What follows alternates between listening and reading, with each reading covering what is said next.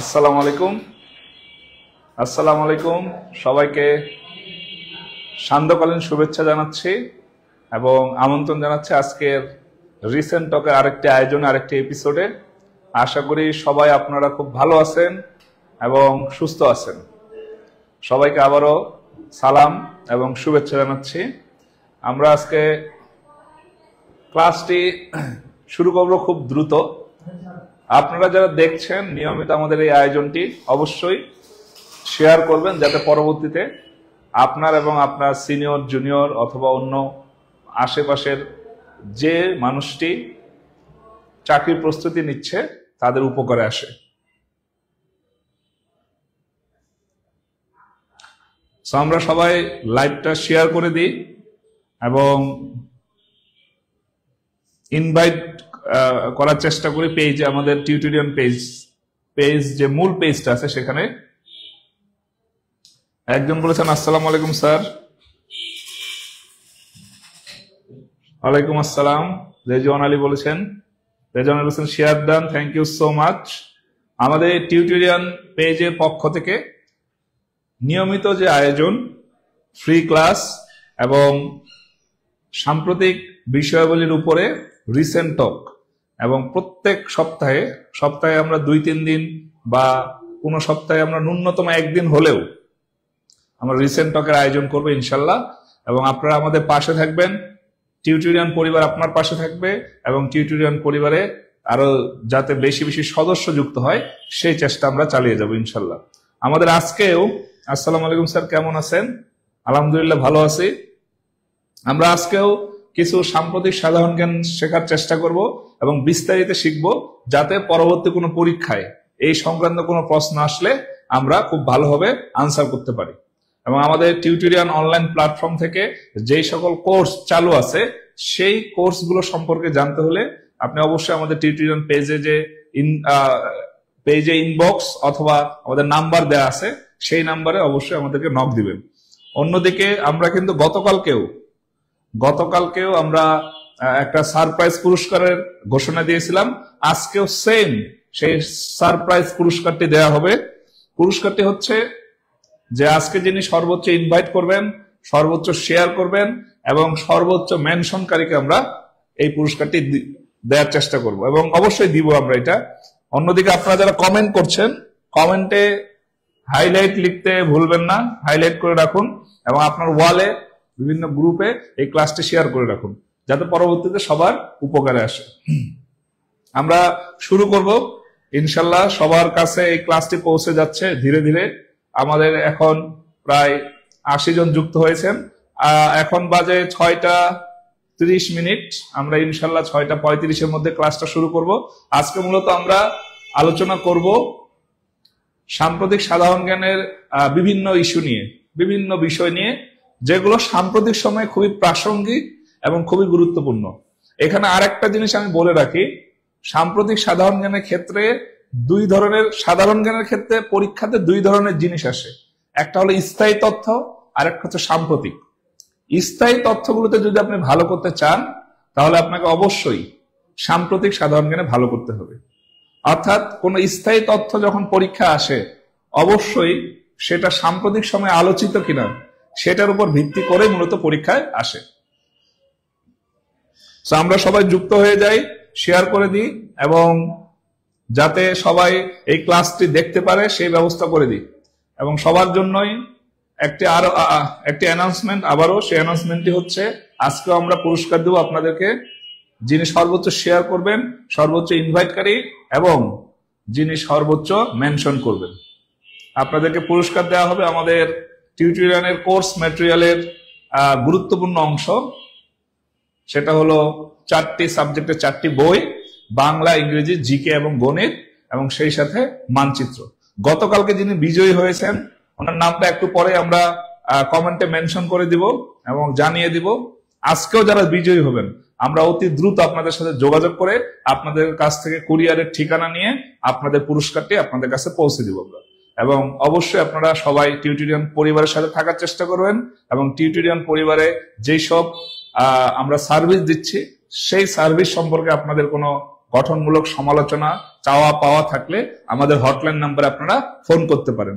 এবং পাশাপাশি tutorial page থেকে যেসব ক্লাস, লাইভ ক্লাস বা অন্যান্য দিক নির্দেশনামূলক ভিডিও দেওয়া হচ্ছে সেগুলো অবশ্যই শেয়ার করে সবাইকে জানিয়ে দেওয়ার চেষ্টা করবেন।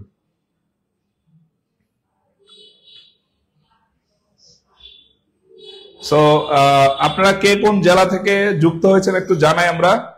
আজকে আমরা একটু দেখি যে আপনারা অনার্স লেভেলে কে কোন সাবজেক্টে পড়াশোনা করেছিলেন, অনার্সে কে কোন সাবজেক্টে পড়াশোনা করেছিলেন আমরা একটু কমেন্টে জানাই কে কোন সাবজেক্টে পড়াশোনা করেছেন, অথবা যে যে সাবজেক্টে পড়াশোনা করেছেন সেটা আপনি ইনডিরেক্টলি বুঝাতে পারেন। হ্যাঁ, যেমন অনেকে বলতে পারেন যে আমি কি বলে আমাদের যে জেলা পর্যায়ে যে জজ কোড গুলো আছে, হ্যাঁ, আমি ভবিষ্যতের আইনজীবী হওয়ার জন্য ওইরকম একটা সাবজেক্টে পড়াশোনা করেছি, বা নোবেল পুরস্কার পাওয়া যায় এমন একটি সাবজেক্টে পড়াশোনা করেছি। এভাবে আপনি ইনডিরেক্টলি আমাদের কমেন্টটা, আমাদের এই যে মূল কমেন্ট চ্যাট, লাইভ চ্যাট হচ্ছে, এখানে বলতে পারেন। যেমন আমি ঢাকা বিশ্ববিদ্যালয়ের অর্থনীতি বিভাগে পড়াশোনা করেছি। এর আগে আমি যে কলেজে পড়াশোনা করেছিলাম সেটা হচ্ছে নটরডেম কলেজ ঢাকায়। এখন নটরডেম কলেজের দুইটা শাখা আছে, একটা ঢাকায় আর একটা হচ্ছে ময়মনসিংহে। তো তারপর আমি ঢাকা বিশ্ববিদ্যালয় অর্থনীতি বিভাগে পড়াশোনা করেছি। সো সবাই আপনারা একটু জানাতে পারেন কে কোন সাবজেক্টে পড়াশোনা করেছেন। হ্যাঁ, একজন লিখেছেন মার্কেটিং বিভাগ, সরোয়ার মোর্শেদ বলেছেন সমাজবিজ্ঞান বিভাগ। এরপরে রাজিয়া সুলতানা বলেছেন কবি কবি ভাব, কবিতার অভাব। হ্যাঁ, তার মানে আপনি বাংলা বিভাগে পড়াশোনা করেছেন। শামসুল ইসলাম বলেছেন দর্শন বিভাগ, আমার খুব প্রিয় একটি সাবজেক্ট ফিলোসফি। পটুয়াখালী থেকে বলেছেন তাহমিনা বেগম বলেছেন কিশোরগঞ্জ থেকে। আলহামদুলিল্লাহ, আলহামদুলিল্লাহ, আমরা সবাই যুক্ত হচ্ছি, এটা খুব ভালো একটা সাইন আমাদের জন্য। জান্নাতুল ফেরদৌস বলেছেন রাষ্ট্রবিজ্ঞান বিভাগে পড়াশোনা করেছি। নীলিমা রিমু দর্শন বিভাগ থেকে। রোজিনা আক্তার সোশ্যাল ওয়ার্ক থেকে। থ্যাংক ইউ সো মাচ, আপনাদের সবাইকে অসংখ্য ধন্যবাদ আমাদের এই পেজে কমেন্ট করে আমাদের সাথে যুক্ত থাকার জন্য। আমরা আমাদের ক্লাসটা শুরু করব আর 2-1 মিনিটের মধ্যেই। মাস্টার্স করেছি রাষ্ট্রবিজ্ঞান থেকে, থ্যাংক ইউ। সাজ্জাদুর বলেছেন ইসলামিক হিস্ট্রি এন্ড কালচার। এরপরে মাজেদুল ইসলাম বলেছেন সমাজবিজ্ঞান থেকে, বেলকুচি সরকারি কলেজ থেকে। দেখেন আমাদের ক্লাসটা কত প্রত্যন্ত অঞ্চলে সব জায়গায় কিন্তু পৌঁছে যাচ্ছে। হ্যাঁ, এবং এটাই মূলত বর্তমানে অনলাইন শিক্ষা ব্যবস্থার একটা খুব ভালো একটা দিক বলতে পারেন। আপনারা যারা তৃণমূলে বসে একেবারে ঘরে বসে ক্লাসটি দেখছেন, ঢাকায় যারা ভালো ভালো শিক্ষক, মানসম্মত শিক্ষক বা দক্ষ অভিজ্ঞ শিক্ষক, তাদেরকে কিন্তু আমরা নিয়ে আসছি এই টিউটোরিয়াল অনলাইন প্ল্যাটফর্মে। তাদের ক্লাসগুলো আপনি আপনার ঘরে বসে দেখছেন। কেউ হয়তোবা টেকনাফে দেখছেন, কেউ তেতুলিয়ায়, কেউ হয়তোবা সিলেটের কোন একটা উপজেলায়, কেউ হয়তোবা কক্সবাজারের কোন একটা উপজেলায় বসে আমাদের ক্লাসটি আজকে দেখছেন। আমরাও চেষ্টা করছি টিউটোরিয়াল এই অনলাইন প্ল্যাটফর্ম থেকে যাতে আপনারা ভালো কিছু পান এবং সেই ভালো কিছু থেকে আপনি ভবিষ্যতে আপনার সাফল্য অর্জন করতে পারেন, এবং আপনার যে অভীষ্ট লক্ষ্য আছে সেখানে পৌঁছাতে আমাদের টিউটোরিয়াল পরিবার অনলাইন প্ল্যাটফর্ম সর্বোত্তম চেষ্টা চালিয়ে যাচ্ছে। সো আবারও আমি আরেকটা ঘোষণা দিয়ে দিচ্ছি, সেটা হচ্ছে আপনারা যারা আজকে সর্বোচ্চ শেয়ার করবেন, সর্বোচ্চ ইনভাইট দিবেন এবং সর্বোচ্চ মেনশন করবেন, তাদেরকে আমরা এরকম 3 জনকে পুরস্কৃত করব। আমাদের যে বই আছে 4টি, বাংলা, ইংরেজি, গণিত এবং জিকে, এই 4টি বই এবং সেই সাথে একটি করে বাংলাদেশের মানচিত্র এবং আরেকটি হলো আন্তর্জাতিক মানচিত্র। অনেকে আমাদেরকে প্রশ্ন করেন যে স্যার পেজে ইনভাইট করব কিভাবে। তো আমি একটু ক্যামেরার সামনে দেখাতে চাচ্ছি যে আপনার পেজে কিভাবে ইনভাইট করবেন।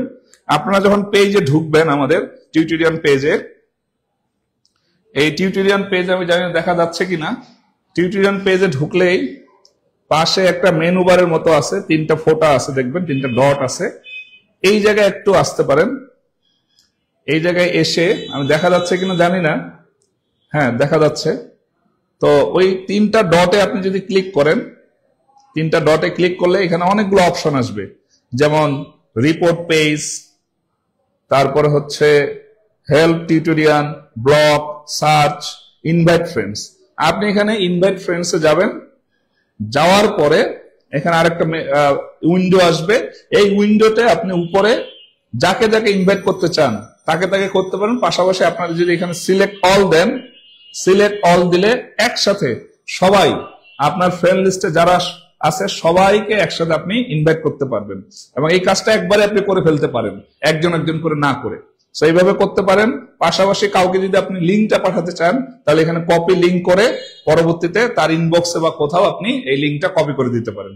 লিঙ্ক কপি করার চেয়ে আপনি যদি ইনভাইট করেন, তাহলে আমার কাছে মনে হয় সবচেয়ে বেশি মানুষের কাছে রিচ হবে এবং আপনার দ্বারা অন্যরা কিন্তু উপকৃত হবে। সো এটা অনেকে জানতে চেয়েছিলেন, এটা একেবারে শর্টকাটে দেখালাম, অনেকে জানেন এটা, এবং খুব সহজ একটা পদ্ধতি ইনভাইট করার। সো আমরা আশা করব আপনারা সর্বোচ্চ ইনভাইট আজকে করবেন এবং টিউটোরিয়াল পেজে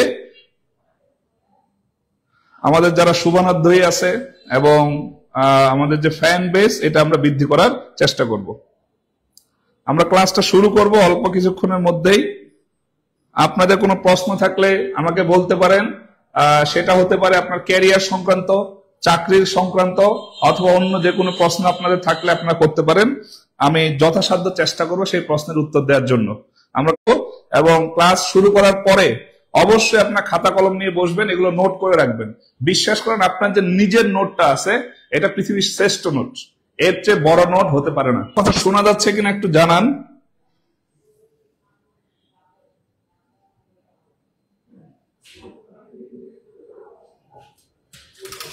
ভাই হচ্ছে সমস্যা হচ্ছে, এখানে আসছে, এখন আসছে। আচ্ছা, মেনশন কিভাবে করে?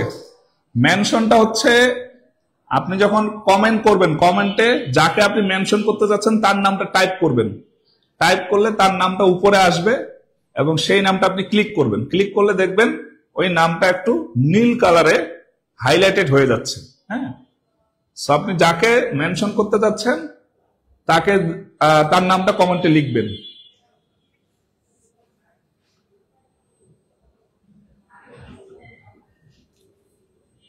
আমার কথা শোনা যাচ্ছে কিনা একটু জানান। আপনাদের কোনো প্রশ্ন থাকলে আমাকে বলবেন, আমি যথাসাধ্য চেষ্টা করবো আপনাদের প্রশ্নের উত্তর দেওয়ার জন্য। স্যার 1000 জনকে ইনভাইট পাঠিয়েছি, অসংখ্য ধন্যবাদ রাজিয়া সুলতানা।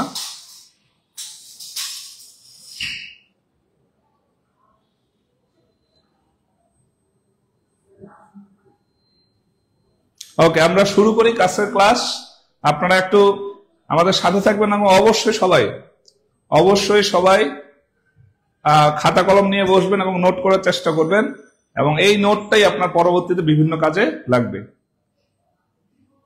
নিবন্ধন সার্কুলার কবে দিতে পারে? নিবন্ধন সার্কুলার খুব শীঘ্রই দিয়ে দিবে। হ্যাঁ, জাস্ট একটু সময় নিচ্ছে, যে আসলে কিছু শর্ত বা কিছু পরিমার্জন বা পরিবর্তন এনে কয়েকটা শর্তে তারপরে হচ্ছে নিবন্ধন সার্কুলারটা চলে আসবে। সো আর কারো কোনো প্রশ্ন থাকলে আমাকে বলবেন, আমরা ক্লাসটা শুরু করি। হ্যাঁ, ক্লাসটা শুরু করি। এবং ওকে, আমরা একজন বলেছেন স্যার কেমন আছেন? আলহামদুলিল্লাহ, অনেক ভালো আছি, আশা করি আপনিও ভালো আছেন। সাউন্ড সব ঠিক আছে, ইনশাল্লাহ আমরা শুরু করে দিচ্ছি এখন। সো আজকে আমরা যেহেতু আমাদের টপিকটা হচ্ছে রিসেন্ট টক, খবরের গভীরে জ্ঞানের শিখরে আমরা যাওয়ার চেষ্টা করব এবং সাম্প্রতিক যে প্রশ্নগুলো আছে সেগুলো সম্পর্কে বিস্তারিত জানার চেষ্টা করব, এবং আপনারাও চেষ্টা করবেন সেগুলো নোট করে আমাদের যে মেইন গ্রুপ আছে এই গ্রুপে শেয়ার করতে।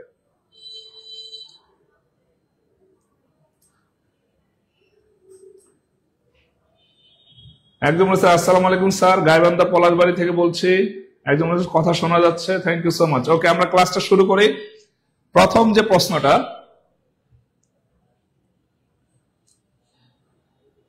প্রথম প্রশ্ন, আরএসএফ বাহিনী কোন সংকটের সাথে জড়িত? আরএসএফ বাহিনী কোন সংকটের সাথে জড়িত? বর্তমান সময়ের সবচেয়ে হট ফেভারিট টপিক হচ্ছে আজকের এই প্রশ্নের যে টপিকটা আমি আলোচনা করব সেটা, এবং এটা নিয়ে 100% অবশ্যই আপনি সামনে যে পরীক্ষাগুলো আছে সেগুলোতে প্রশ্ন পাবেনই, এবং অলরেডি হয়ে গেছে এটা নিয়ে প্রশ্ন, আবারও সামনে হবে ইনশাল্লাহ। এবং এটা খুবই গুরুত্বপূর্ণ। আপনি সামনে যত ধরনের পরীক্ষা আসবে সাম্প্রতিকের জন্য, আজকে এইটার সাথে যে টপিকটা রিলেটেড, এই টপিকটা অনেক বেশি পরীক্ষা আসবে। সো দেখি আমরা, প্রশ্নটা বলা হয়েছে যে আরএসএফ বাহিনী কোন সংকটের সাথে জড়িত। খুবই গুরুত্বপূর্ণ একটা প্রশ্ন। আপনারা একটু কমেন্টে জানান যে এটার উত্তর কি হবে। আমরা শুরু থেকে একটু নিজেরা এঙ্গেজ করার চেষ্টা করি, ভুল হোক, কিন্তু আমরা চেষ্টা করি যে আরএসএফ বাহিনী কোন সংকটের সাথে জড়িত। আরএসএফ বাহিনী কোন সংকটের সাথে জড়িত? আপনারা সবাই একটু কমেন্টে জানান।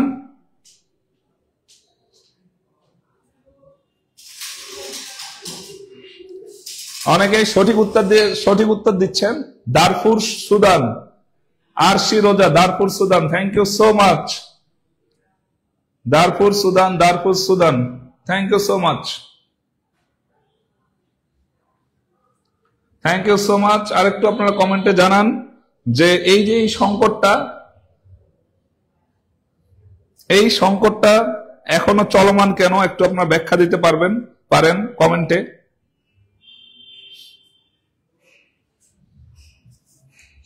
ওকে, আমরা আলোচনায় চলে যাই। আপনারা সবাই একটু শেয়ার করে দিন আমার মতো ক্লাসটি। সো আরএসএফ এর পূর্ণরূপ হচ্ছে র্যাপিড সাপোর্ট ফোর্সেস। বর্তমানে এটার আনসার হবে দারফুর সংকট। ফিলিস্তিন সংকটের সাথে ফাতা এবং হামাস এই দুইটা বাহিনী জড়িত। রোহিঙ্গা সংকটের সাথে আরসা, আরসা বাহিনী আছে। আরাকান রোহিঙ্গা স্যালভেশন আর্মি এটার পূর্ণরূপ। এবং কুর্দিস্তান আর্মি নামেও একটা সংগঠন আছে যারা কুর্দিস্তানে তাদের স্বাধীনতার জন্য কাজ করে যাচ্ছে। আর দারফুর সংকটের সাথে জড়িত এই আরএসএফ, র্যাপিড সাপোর্ট ফোর্সেস। দক্ষিণ সুদান এবং সুদান থেকে যখন দক্ষিণ সুদান স্বাধীন হয়ে গেল 2011 সালে, তার পরবর্তীতেও কিন্তু এই মূল সুদানের উত্তর অংশ এবং দক্ষিণ অংশে যে দক্ষিণ সুদান, এই দুই সুদানের মধ্যে একটা বিরোধপূর্ণ জায়গা ছিল, সেটা হচ্ছে দারফুর। এই দারফুরের একটা বাহিনী হচ্ছে র্যাপিড সাপোর্ট ফোর্সেস, এবং এটা হচ্ছে ওইখানকার একজন সামরিক নেতার সংগঠন। এবং এই বাহিনীটা তারা কিন্তু ওই উত্তর সুদানের সাথে সেই 2023 সাল থেকেই নানা ধরনের যে যুদ্ধ, বিগ্রহ, হাঙ্গামা এগুলোর সাথে লেগেই আছে। আপনারা সম্প্রতি কিছু চিত্র দেখবেন দারফুর সংকটের, যেখানে দেখানো হচ্ছে, যেটা স্যাটেলাইট থেকে কয়েকদিন আগে দেখানো হয়, যে মানুষগুলোকে কিভাবে নির্মমভাবে হত্যা করা হচ্ছে এবং মানুষ খাবার না পেয়ে একেবারে কঙ্কাল হয়ে কিভাবে মারা যাচ্ছে। এই যে সংকটটা হচ্ছে দারফুরে, পুরো সুদান জুড়ে, এই সুদানে যে সংকটটা, এই সংকটের জন্য মূলত দায়ী করা হচ্ছে এই আরএসএফ বাহিনীকে। তাদের স্বৈরাচারী মনোভাব এবং একনায়কতান্ত্রিক যে শাসন এবং তাদের যে আক্রমণাত্মক মনোভাব জনগণের সাথে, এটাই মূলত এখন দারফুর সংকটকে আরো বেশি অমানবিক করে তুলছে। সো দারফুর সংকটের সাথে জড়িত এই আরএসএফ বাহিনী খুবই গুরুত্বপূর্ণ। আপনারা যারা পেয়েছেন তাদেরকে অসংখ্য ধন্যবাদ।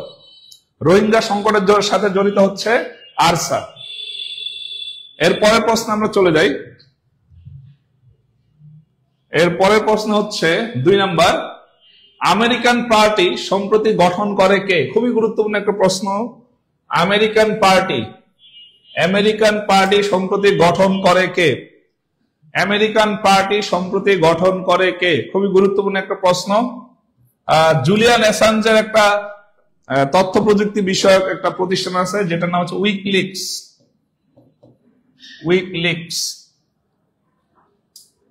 এরপর ডোনাল্ড ট্রাম্প তো আমেরিকান প্রেসিডেন্ট, তাকে নিয়ে তো আমরা সব জানি। গ্রেটা থুনবার্গ এবং ইলন মাস্ক এবং ডোনাল্ড ট্রাম্প, এই তিনজনের মধ্যে কে আনসার হবে? আমেরিকান পার্টি সম্প্রতি গঠন করেন কে? সবাই একটু আমরা কমেন্টে জানাই। খুবই সহজ একটা প্রশ্ন, কিন্তু খুবই গুরুত্বপূর্ণ সাম্প্রতিক সময়ে, সামনে পরীক্ষাগুলোতে আসবে। তাহলে দেখেন, গ্রেটা থুনবার্গ, ডোনাল্ড ট্রাম্প এবং ইলন মাস্ক, এই তিনজনের মধ্যে কে হবে? সবাই আনসার দিচ্ছেন গ নাম্বার, কিন্তু আনসারটা ভুল। ডোনাল্ড ট্রাম্প না, এটা হচ্ছে ইলন মাস্ক। আমেরিকান পার্টি সম্প্রতি গঠন করেন ইলন মাস্ক। ডোনাল্ড ট্রাম্প ক্ষমতায় আসার পরে ইলন মাস্ককে গভর্নমেন্টস অফ ইফিসিয়েন্সি বিভাগে বা ডিপার্টমেন্টে দায়িত্ব দেন এই ইলন মাস্ককে, একজন উপদেষ্টা হিসেবে।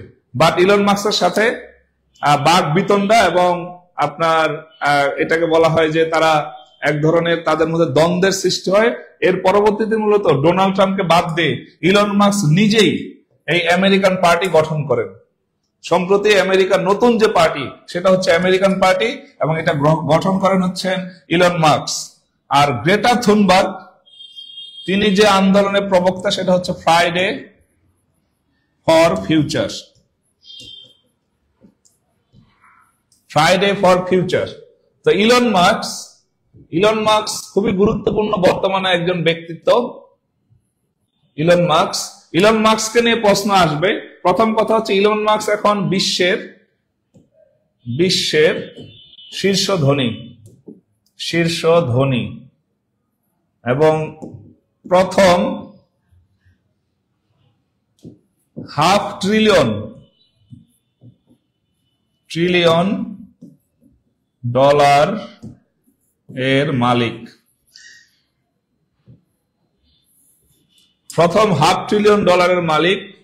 এরপরে তার যে কোম্পানিগুলো আছে তার মধ্যে গুরুত্বপূর্ণ হচ্ছে টেসলা, এরপরে হলো স্পেস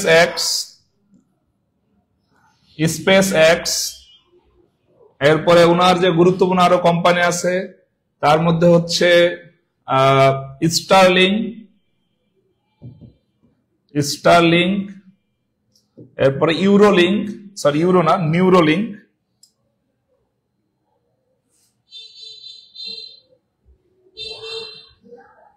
আচ্ছা আমরা আবার লিখি এটা। ইলন মাস্কের যে কোম্পানিগুলো আছে প্রথমত হচ্ছে স্টারলিংক, এরপর নিউরোলিংক,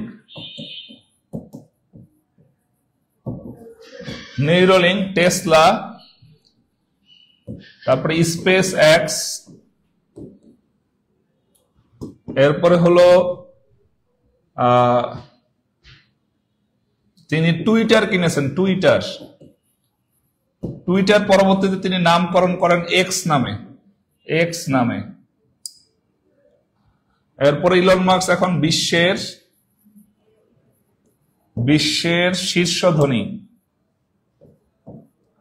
$500 ট্রিলিয়ন এর মালিক। $500 ট্রিলিয়ন এর মালিক।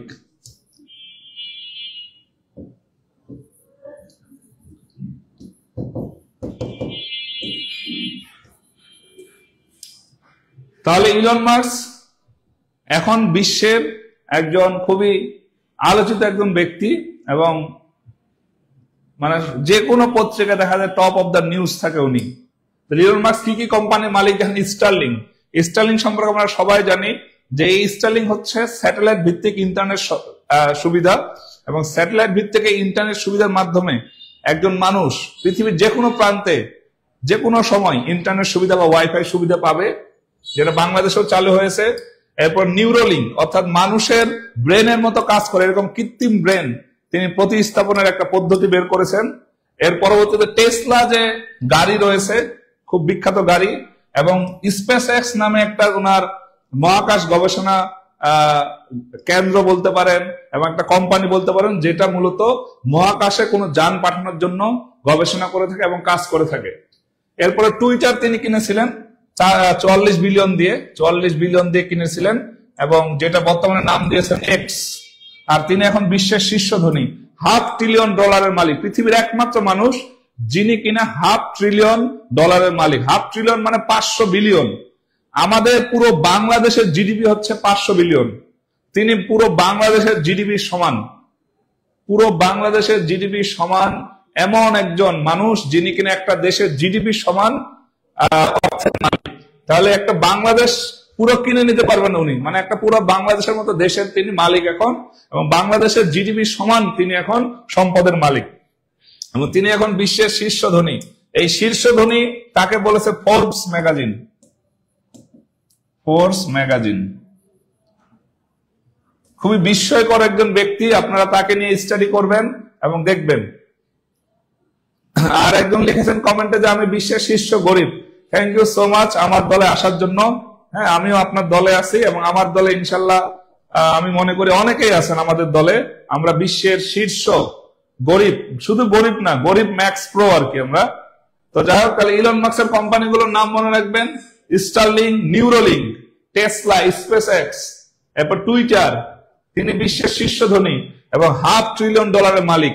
অন্যদিকে গ্রেটা থুনবার্গ ছিলেন পরিবেশবাদী আন্দোলনের নেতা এবং তিনি গাজায় যে সুমুদ ফ্লোটিলা নামে একটা জাহাজের বহর গিয়েছিল সেখানেও নেতৃত্ব দিয়েছিলেন। আর ডোনাল্ড ট্রাম্পকে তো আমরা চিনি। আর জুলিয়ান অ্যাসাঞ্জ হচ্ছেন উইকিলিক্স এর প্রতিষ্ঠাতা, অর্থাৎ পৃথিবীর সকল যে তথ্য ভান্ডার আছে সেই তথ্য ভান্ডার লিক করার জন্য তিনি ওস্তাদ ছিলেন এবং বিশ্বের বিখ্যাত বিখ্যাত ব্যক্তিগুলোর গোপন তথ্য তিনি ফাঁস করে দিচ্ছিলেন এবং এই জন্য ওটার নাম দিয়েছিলেন উইকিলিক্স। মানে আপনার উইক জিনিসটা তিনি লিক করে দিবেন, এই জন্য ওটার নাম দেওয়া হয়েছে উইকিলিক্স।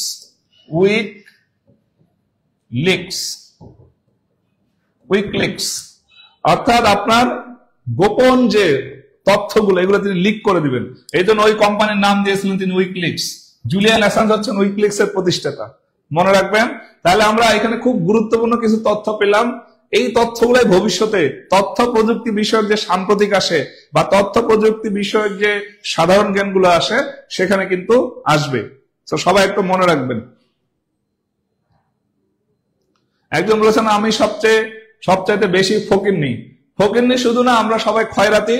হ্যাঁ, সো আমরা আজকে খয়রাতি হয়ে এই ক্লাসটি করব এবং কারা কারা খয়রাতি আছেন, গরিব ম্যাক্স প্রো আছেন, সবাই একটু কমেন্ট করেন আপনারা। রমিস জামাল বলেছেন স্যার কেমন আছেন? আলহামদুলিল্লাহ আমি অনেক ভালো আছি। একজন বলেছেন উনার কাছে হেল্প চাইতে পারেন, অবশ্যই দিবে। ওনার কাছে হেল্প আমি চাইতে পারি, কিন্তু ওনার কাছ থেকে ডলার নেয়ার মতো ব্যাংক অ্যাকাউন্ট আমার নাই, বা কোন কার্ড দিয়ে ট্রান্সফার করব সেই পদ্ধতি আমি জানি না। হ্যাঁ, সো আমরা পরের প্রশ্নে চলে যাই। পরের প্রশ্নটা হচ্ছে 3 নম্বর প্রশ্ন, কোন পুরস্কারকে গণিতের নোবেল বলা হয়? সাম্প্রতিক সময়ের খুবই গুরুত্বপূর্ণ একটা প্রশ্ন, কোন পুরস্কারকে গণিতের নোবেল বলা হয়? এখান থেকে এই 4টা অপশনের মধ্যে কোনটা, কোন পুরস্কারটাকে গণিতের নোবেল বলা হয়? একটু সবাই কমেন্টে আমরা জানাই, একসাথে কমেন্ট করি এবং আমরা চেষ্টা করব। আবুল হাসান বলেছেন স্যার সভাপতি হন। হ্যাঁ, আমি সবার সভাপতি, যার কোনো নাই গতি সে হয় সভাপতি। আমার সাথে কিছু সহসভাপতি হতে পারেন আর কিছু আপ্যায়ন বিষয়ক সম্পাদক হতে পারেন। আমরা প্রায় 500 সদস্যের কমিটি দিতে পারবো বাংলাদেশে এবং আমাদের অধীনে অনেকগুলা কমিটি থাকবে, জেলা কমিটি, উপজেলা কমিটি, সব জায়গায় আমাদের সদস্যের অভাব থাকবে না। তো আমরা সারা বাংলাদেশে আমাদের নেটওয়ার্ক ছড়িয়ে দিব। যে আমাদের কমিটির নাম হবে কি কমিটির নাম দেওয়া যায়, এটা কমিটি দিতে পারেন ন্যাশনাল খয়রাতি কমিটি। ন্যাশনাল, আমাদের কমিটির নাম থাকবে ন্যাশনাল খয়রাতি পার্টি। ঠিক আছে, এনকেপি, ন্যাশনাল খয়রাতি পার্টির যারা সদস্য হতে চান তারা সবাই এখানে কমেন্ট করুন। ইনশাল্লাহ আমরা সবাই একসাথে সারা বাংলাদেশে আমাদের যে নেটওয়ার্ক তারা সেগুলো আমরা ছড়িয়ে দেব।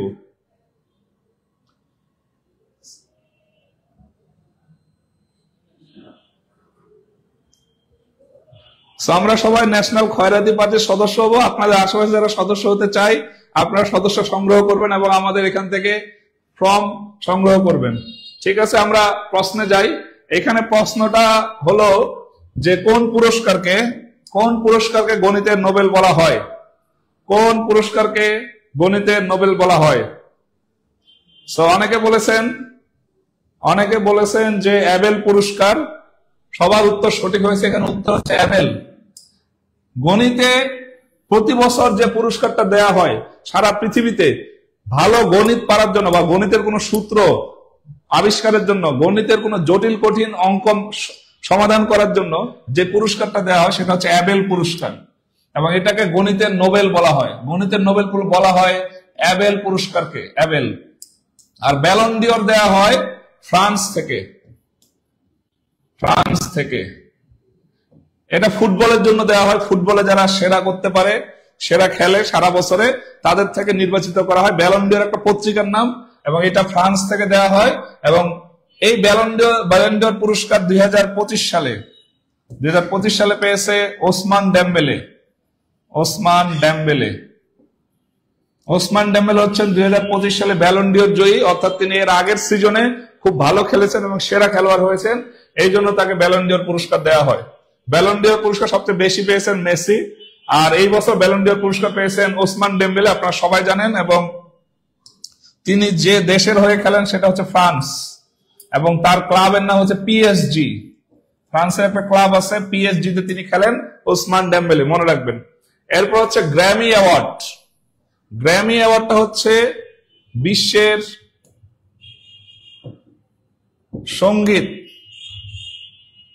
সঙ্গীত অঙ্গনে দেয়া হয়।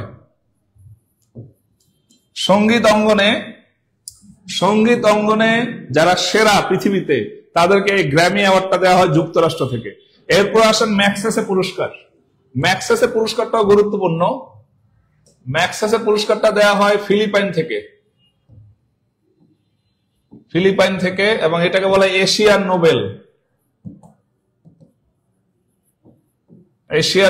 1957 সাল থেকে দেওয়া হয়, 1957 সাল থেকে। সো ম্যাগসেসে পুরস্কারটা গুরুত্বপূর্ণ। বাংলাদেশে প্রায় 13 জন ম্যাগসেসে পুরস্কার পেয়েছেন। ডক্টর মোহাম্মদ ইউনূসও ম্যাগসেসে পুরস্কার পেয়েছেন। সো ম্যাগসেসে পুরস্কারটা এশিয়া মহাদেশের যে দেশগুলোতে যেসব ব্যক্তি আপনার হচ্ছে গিয়ে কি বলবো এটাকে, ধরেন অন্যদের জন্য মানবাধিকার নিয়ে কাজ করে, তারপরে হচ্ছে জনহিতকর কাজ করে, তারপরে শিল্প সংস্কৃতি, দারিদ্র দূরীকরণ বা অর্থনৈতিক উন্নয়নের জন্য কাজ করে, তাদেরকে এই পুরস্কারটা দেওয়া হয়। সো এই পুরস্কারটা দেওয়া শুরু হয় 1957 সাল থেকে, এবং এটাকে বলা হয় এশিয়ান নোবেল, এবং এই পুরস্কারটা দেওয়া হয় প্রতি বছর ফিলিপাইন থেকে। তাহলে কোন পুরস্কারকে গণিতের নোবেল বলা হয়? বলা হয় এটাকে বলা হয় অ্যাবেল পুরস্কার। অ্যাবেল পুরস্কার, শুধু এতটুকু মনে রাখলেই চলবে। প্রতি বছর এটা দেওয়া হয় যুক্তরাষ্ট্র থেকে। তাহলে গেল। এরপরের প্রশ্ন আমরা চলে যাব। আপনাদের কোনো প্রশ্ন থাকলে অবশ্যই আপনারা কমেন্টে জানাবেন। হ্যাঁ, ফিলিপাইনের রাজার নাম অনুসারে এই ম্যাগসেসে পুরস্কারটা দেওয়া হয়। সো আমরা পরের প্রশ্ন চলে যাই। আপনারা কেউ যদি স্ক্রিনশট নিতে চান বা নোট করতে চান, নোট করে রাখবেন। আমি আবারও বলছি, আপনাদের নোটটা হচ্ছে আপনার জীবনের শ্রেষ্ঠ নোট। এবং আবার আমি ঘোষণা দিই, আজকে যারা সর্বোচ্চ শেয়ার, সর্বোচ্চ ইনভাইট এবং সর্বোচ্চ মেনশন করবেন, তাদেরকে আমরা পুরস্কৃত করব। আমাদের টিউটোরিয়ালের পক্ষ থেকে যে কোর্স ম্যাটেরিয়াল হিসেবে যে 4 সাবজেক্টের 4টা বই দেওয়া হয়, বাংলা, ইংরেজি, গণিত এবং জিকে, এই 4টা বই দেওয়া হবে 3 জনকে। 3 4 12টা বই, এবং 3 জনকে 3 দুগুণে 6টি মানচিত্র দেওয়া হবে। একটি করে বাংলাদেশের মানচিত্র আর একটি করে আন্তর্জাতিক মানচিত্র। সো আমরা পরের প্রশ্নে চলে যাই। পরের প্রশ্নটা হচ্ছে 2025 সালে যে চলচ্চিত্রটি অস্কার পুরস্কার পেয়েছে। খুবই গুরুত্বপূর্ণ একটা প্রশ্ন, খুবই সহজ একটা প্রশ্ন। প্রতি বছর অস্কার পুরস্কারটা দেয়া হয় মূলত ফেব্রুয়ারি মাসে। তো এই বছর ফেব্রুয়ারি মাসে অলরেডি অস্কার পুরস্কার ঘোষণা হয়ে গেছে। অস্কার পুরস্কারকে বলা হয় চলচ্চিত্রের নোবেল।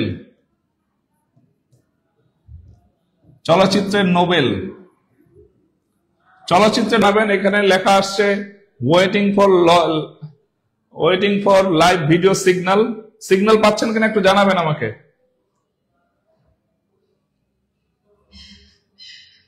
অস্কার পুরস্কারের অন্য নাম হচ্ছে একাডেমি অ্যাওয়ার্ড।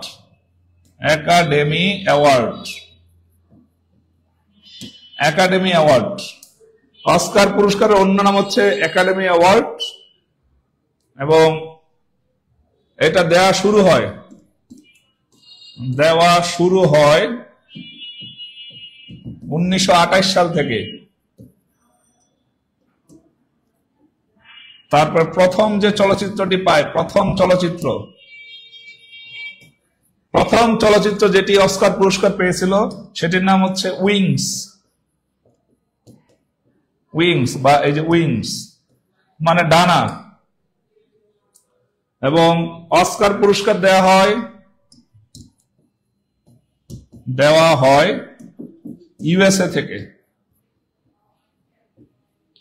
সারা পৃথিবীতে যে চলচ্চিত্রগুলো সেরা হয়, সেই চলচ্চিত্রগুলো থেকে সবচেয়ে যেটি সেরা, সেই চলচ্চিত্রটিকে প্রতি বছর ফেব্রুয়ারি মাসে অস্কার পুরস্কার ঘোষিত করা হয়। এই বছর যে চলচ্চিত্রটি 2025 সালে অস্কার পুরস্কার পায়, সেটার নাম হচ্ছে আনোরা। খুবই সহজ নাম, আনোরা। হ্যাঁ, অন্যদিকে এই যে ওপেন হেমার চলচ্চিত্রটা 2024 সালে অস্কার পুরস্কার পায়। ওপেন হেমার চলচ্চিত্রটি ছিল, আমরা পারমাণবিক বোমা সম্পর্কে জানি। পারমাণবিক বোমার জনক ছিলেন রবার্ট ওপেন হেমার।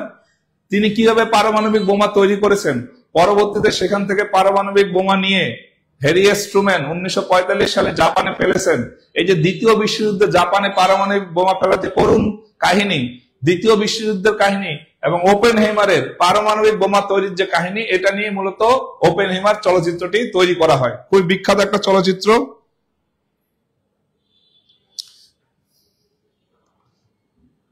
বিখ্যাত একটি চলচ্চিত্র। এই চলচ্চিত্রটি 2024 সালে আপনার অস্কার পুরস্কার পায়। প্যারাসাইট এর আগের বছর এই চলচ্চিত্রটি পুরস্কার পায়, কোরিয়ান একটা চলচ্চিত্র। এবং এই প্যারাসাইট চলচ্চিত্রটি মূলত পুঁজিবাদের বিরুদ্ধে কিভাবে মানুষ লড়াই করে বেঁচে আছে সেই সম্পর্কে একটা কাহিনী নির্মাণ করা হয়। আর ইনসেপশন, এটা লিওনার্দো দ্য ক্যাপ্রিওর একটা মুভি, এটা আরো অনেক আগে নোবেল অস্কার পুরস্কার পায়। সো 2025 সালে অস্কার পুরস্কার পায় হলো আনোরা। এটা একটু মনে রাখবেন। অস্কার পুরস্কারের অন্য নাম হচ্ছে একাডেমি অ্যাওয়ার্ড। অস্কার পুরস্কার দেওয়া শুরু হয় 1928 সালে, এবং প্রথম চলচ্চিত্র যেটিকে অস্কার পুরস্কার দেওয়া হয় সেটা হচ্ছে উইংস, এবং এটা ইউএসএ থেকে দেওয়া হয়। খুবই সহজ তথ্য, মনে রাখার চেষ্টা করবেন। এরপরের প্রশ্ন আমরা চলে যাই। আপনাদের কোনো প্রশ্ন থাকলে বলবেন। হ্যাঁ, আপনারা 22 হ্যাপি ইসলাম বলেছেন, আমি 22টি শেয়ার করেছি। Thank you so much Happy Islam. আমাদের সাথে থাকবেন, এবং আপনার এই যে 22টি শেয়ার করেছেন, এই জন্য আমরা আপনাদের কাছে চিরকৃতজ্ঞ।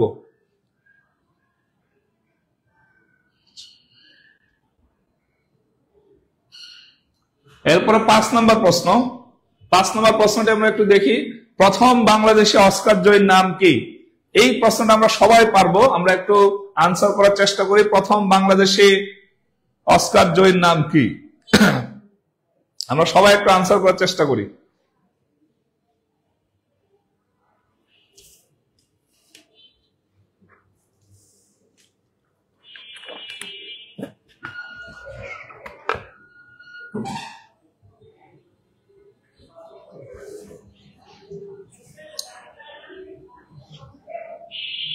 ওকে, আমরা এটা আনসার করার চেষ্টা করি।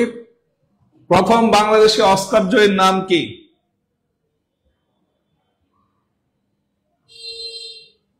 প্রথম বাংলাদেশি অস্কার জয়ীর নাম কি? সবাই আমরা একটু কমেন্ট করি।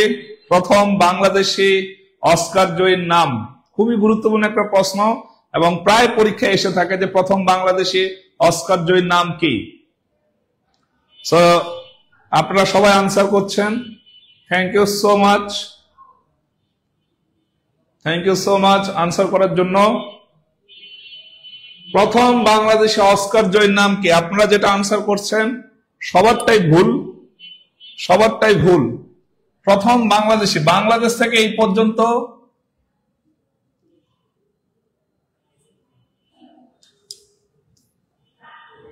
বাংলাদেশ থেকে এই পর্যন্ত কেউ অস্কার পুরস্কার পায়নি।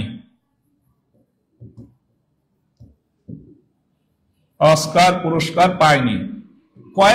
একজন পেয়েছিলেন অ্যানিমেশনের জন্য, তিনি যুক্তরাষ্ট্র বংশোদ্ভূত। কিন্তু পুরো চলচ্চিত্রের জন্য বাংলাদেশি কোনো পরিচালক অস্কার পুরস্কার পাওয়ার কোনো রেকর্ড নাই। আর সত্যজিৎ রায় হচ্ছেন প্রথম বাঙালি অস্কার জয়ী। মনে রাখবেন, এই সত্যজিৎ রায় কিন্তু পথের পাঁচালী চলচ্চিত্রের জন্য অস্কার পুরস্কারটা পায়নি। অনেকের ধারণা, ভুল ধারণা, যে সত্যজিৎ রায় পথের পাঁচালী চলচ্চিত্রের জন্য অস্কার পুরস্কার পেয়েছিলেন। না, তিনি তার সারা জীবনের যে কর্ম, সারা জীবনে এতগুলো চলচ্চিত্র নির্মাণ করেছেন, সারা জীবনের কর্মের জন্য ওনাকে অস্কার কমিটি থেকে অনারারি বা সম্মাননামূলক একটা পুরস্কারে ভূষিত করা হয়। অর্থাৎ তিনি কিন্তু শুধু সিঙ্গেল একটা চলচ্চিত্রের জন্য অস্কার পুরস্কার পাননি, তিনি তার পুরো জীবনের যে কর্ম এবং চলচ্চিত্রের যে নির্মাণ, সবগুলোর জন্যই তাকে এই পুরস্কারে ভূষিত করা হয়। তাহলে প্রথম বাঙালি হচ্ছেন সত্যজিৎ রায়। প্রথম বাংলাদেশি কেউ এখনো অস্কার পুরস্কার পাননি। আর তারেক মাসুদের যে মাটির ময়না চলচ্চিত্রটি, সেটি কান চলচ্চিত্র পুরস্কার, কান পুরস্কার। কান পুরস্কারে ভূষিত হয়। এই কান পুরস্কার দেওয়া হয় ফ্রান্স থেকে। ফ্রান্স থেকে এই পুরস্কারটা দেওয়া হয়। সো এখানে কেউই আনসার দিতে পারেননি। প্রথম বাংলাদেশি অস্কার জয়ী কেউই নাই। আর পথের পাঁচালী চলচ্চিত্রের জন্য শুধুমাত্র তিনি নোবেল পুরস্কার পাননি, সত্যজিৎ রায়। তিনি পেয়েছিলেন তার পুরো জীবনের যে কর্ম এবং চলচ্চিত্র নির্মাণ এবং তিনি যে পুরো উপমহাদেশের সমাজকে তুলে ধরেছেন, এই সব বিষয় নিয়েই সত্যজিৎ রায়কে অস্কার পুরস্কারটা দেওয়া হয়। তিনি প্রথম বাঙালি, নট প্রথম বাংলাদেশি। আমাদের বাংলাদেশে কেউ এখন পর্যন্ত অস্কার পুরস্কার পায়নি, তবে নোবেল পুরস্কার পেয়েছে, মনে রাখবেন। হ্যাঁ, অনেকে বলেছেন যে স্যার ধোঁকা খেলেন। এখানে ধোঁকা খাওয়ার কিছু নাই, আমরা ভুল থেকে শিখবো। কারণ আমাদের একটা বিশাল কমিটি আছে সারা বাংলাদেশে। হ্যাঁ, সবাই আমরা গরিব ম্যাক্স প্রো, গরিবের হারানোর কিছু নাই। সবাই একটু কমেন্টে লেখেন গরিবের হারানোর কিছু নাই। হ্যাঁ, সো সবাই আমরা সব সময় উদ্দীপ্ত থাকবো, কনফিডেন্ট থাকবো, কিন্তু ভুল থেকে শিক্ষা নিব। আমাদের হারানোর কিছু নাই ইনশাল্লাহ। ওকে, আমরা পরের প্রশ্ন চলে যাই। পরের প্রশ্নটা খুব সহজ। এর পরের প্রশ্নটা হচ্ছে নির্বাচনের আচরণ বিধি সংক্রান্ত গণপ্রতিনিধিত্ব আদেশ। গণপ্রতিনিধিত্ব আদেশ কি নামে পরিচিত? খুবই গুরুত্বপূর্ণ। প্রতিদিন এই যে গত 2-3 সপ্তাহ ধরে আজকেও সব পত্রিকায় এটা নিয়ে নিউজ হয়েছে এবং 100% আপনি সামনের পরীক্ষাগুলোতে এটা নিয়ে প্রশ্ন পাবেনই। সো গণপ্রতিনিধিত্ব আদেশ নিয়ে আপনি প্রশ্ন 100% পাবেন এবং প্রতিদিন পত্রিকায় যেই নিউজটা বারবার আসে সেটা হচ্ছে নির্বাচনের আচরণবিধি সংক্রান্ত গণপ্রতিনিধিত্বমূলক আদেশ। এবং এই গণপ্রতিনিধিত্বমূলক আদেশটাকে সংক্ষেপে কি বলে এটা আপনারা একটু কমেন্টে জানান। সবাই একটু কমেন্টে জানান। এটা আমরা আসলে একদম আসলে গরিবের হারানোর কিছু নাই। আসলে গরিবের হারানোর কিছু নাই। ইনশাল্লাহ আমরা সবাই আমাদের সর্বোচ্চ চেষ্টাটুকু দিয়ে পরিশ্রম করে যাব এবং টিউটোরিয়াল পরিবার, টিউটোরিয়াল অনলাইন প্ল্যাটফর্ম আপনাদের সাথে আছে। আপনারা সবাই, আমরা যেহেতু আমাদের হারানোর কিছু নাই, সেই হারানোর কিছু নাই এই বেদনা থেকেই আপনারা সবাই এই প্রশ্নের আনসারটা করার চেষ্টা করুন এবং সবাই কমেন্টে জানান এই প্রশ্নের আনসারটা কি হবে।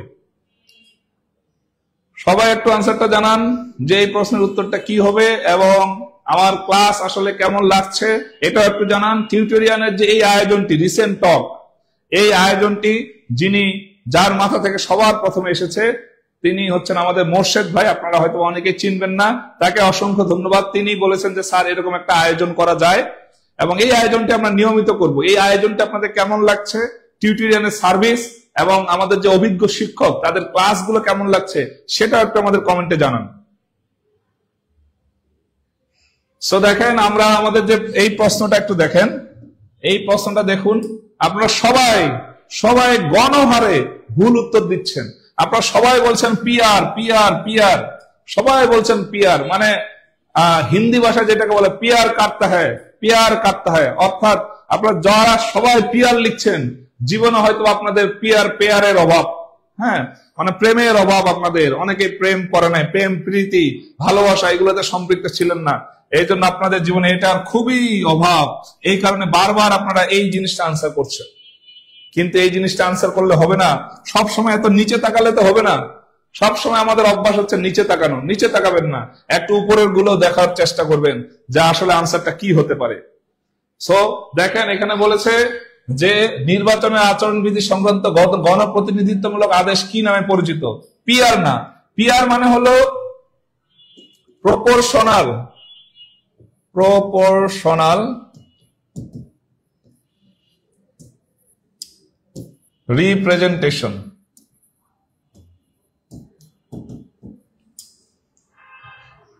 আনুপাতিক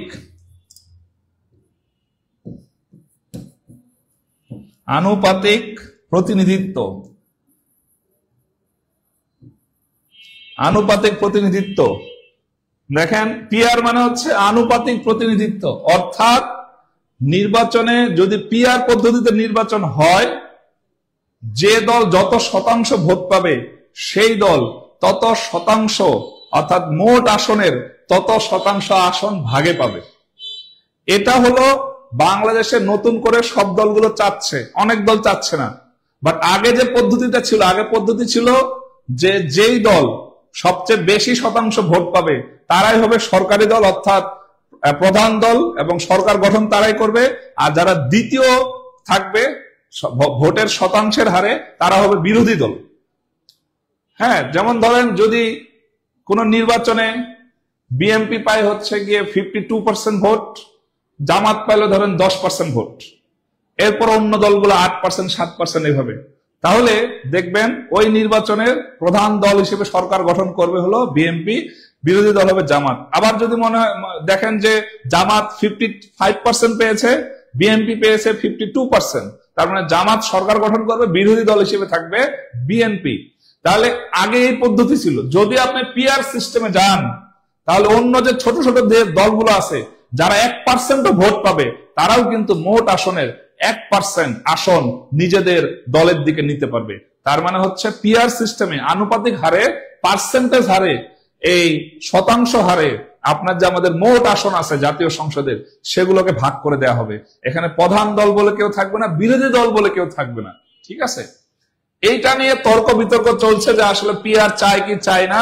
সো পিআর কিন্তু এই প্রশ্নটার আনসার না, পিআর এই প্রশ্নটার আনসার না। আনসার হচ্ছে আরপিও, এটার আনসার হচ্ছে আরপিও। আরপিওর পূর্ণরূপটা হচ্ছে, আরপিওর পূর্ণরূপ হচ্ছে the representation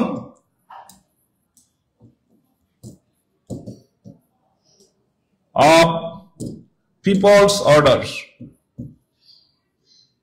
people's order, the representation of people's order সংক্ষেপে বলে আরপিও। এটা একটা আইন, এই আইনটা পাশ হয় 1972 সালে এবং এই আইনটা প্রণয়ন করে নির্বাচন কমিশন। নির্বাচন কমিশন এই আইনটা প্রণয়ন করে নির্বাচন কমিশন। হ্যাঁ, সো তাহলে দেখেন এই আইনটা প্রণয়ন করবে নির্বাচন কমিশন এবং আইনটা প্রণয়ন করা হয় 1972 সালে। এবং এই আইনটার পূর্ণরূপ, এই যে আরপিওর পূর্ণরূপ হচ্ছে the representation of people's order, RPO বলা হয়। তাহলে আরপিও জিনিসটা কি? আরপিও হচ্ছে একটা নির্বাচন আয়োজন করতে গিয়ে ওখানে প্রতীক কি কি থাকবে, তারপর প্রার্থীদের জন্য কি কি শর্ত থাকবে, তারপর আচরণ বিধি কি হবে, তারপরে ভোটার যারা আছে তাদের আচরণ বিধি কি হবে, প্রার্থী যারা আছে তাদের আচরণ বিধি কি হবে, এই যে যত ধরনের আচরণ বিধি আছে, যত ধরনের নিয়ম কানুন আছে একটা নির্বাচন আয়োজন করতে গিয়ে, সবগুলোই আছে হচ্ছে আপনার এই রিপ্রেজেন্টেশন অফ পিপলস অর্ডারে। এবং একটা রাজনৈতিক দলে কত শতাংশ নারী থাকবে, একটা রাজনৈতিক দলের কত শতাংশ আপনার কমিটি থাকতে হবে, সকল যত মানে নির্বাচন সংক্রান্ত, কমিটি সংক্রান্ত যত ধরনের শর্ত আছে সব শর্ত এই আরপিও তে আছে। আরপিও খুবই গুরুত্বপূর্ণ এবং এই আরপিও কিন্তু পরবর্তীতে যত পরীক্ষা হবে দেখবেন এই আরপিও আসার সমূহ সম্ভাবনা আছে। ইনশাল্লাহ আপনি এটা পারবেন এবং আসবে এটা। সো এখন দেখেন, তাহলে আরপিও গেল, এরপর আরো দুইটা অপশন থাকে, একটা হলো এসডিআর আর একটা হচ্ছে স্পারসো। এসডিআর এবং স্পারসো, এসডিআর এবং স্পারসো, আমরা এই দুইটার একটু ইয়েটা দেখি। এসডিআরটা একটু, স্পারসোটা একটু লিখতে পারেন, স্পারসো। স্পারসোর পূর্ণরূপ হচ্ছে space research and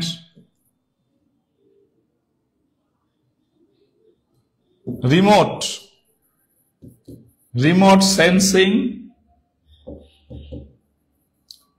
sensing organization। এটা প্রতিষ্ঠিত হয় 1980 সালে। সদর দপ্তর হচ্ছে আগারগাঁও। এটার মূল কাজ হচ্ছে মহাকাশ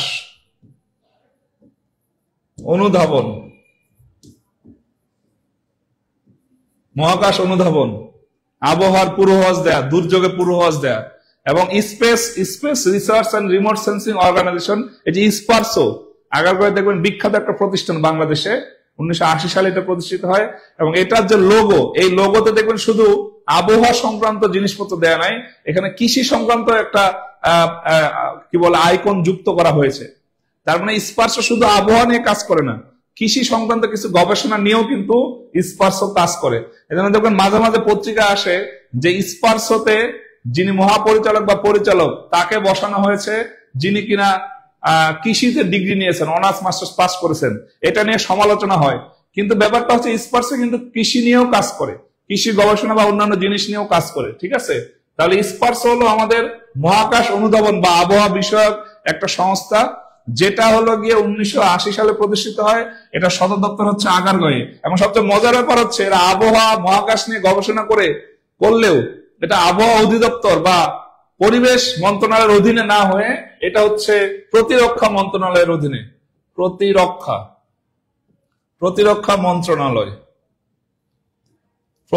মন্ত্রণালয়ের অধীনে স্পার্সো। খুবই গুরুত্বপূর্ণ একটা প্রশ্ন, 1000 বার পরীক্ষা আসছে, সেটা প্রাইমারি হোক, নিবন্ধন হোক, 10 থেকে 20তম গ্রেডের চাকরি হোক, বিসিএস হোক, ব্যাংক জব হোক, যে স্পার্সো কোন মন্ত্রণালয়ের অধীনে। অনেকে ভুল করেন, এটা পরিবেশ মন্ত্রণালয় দিয়ে থাকেন, আবহাওয়া অধিদপ্তর দিয়ে থাকেন, কিন্তু স্পার্সো হলো গিয়ে আমাদের প্রতিরক্ষা মন্ত্রণালয়ের অধীনে। সবাই একটু কমেন্টে জানান স্পার্সো প্রতিরক্ষা মন্ত্রণালয়ের অধীনে।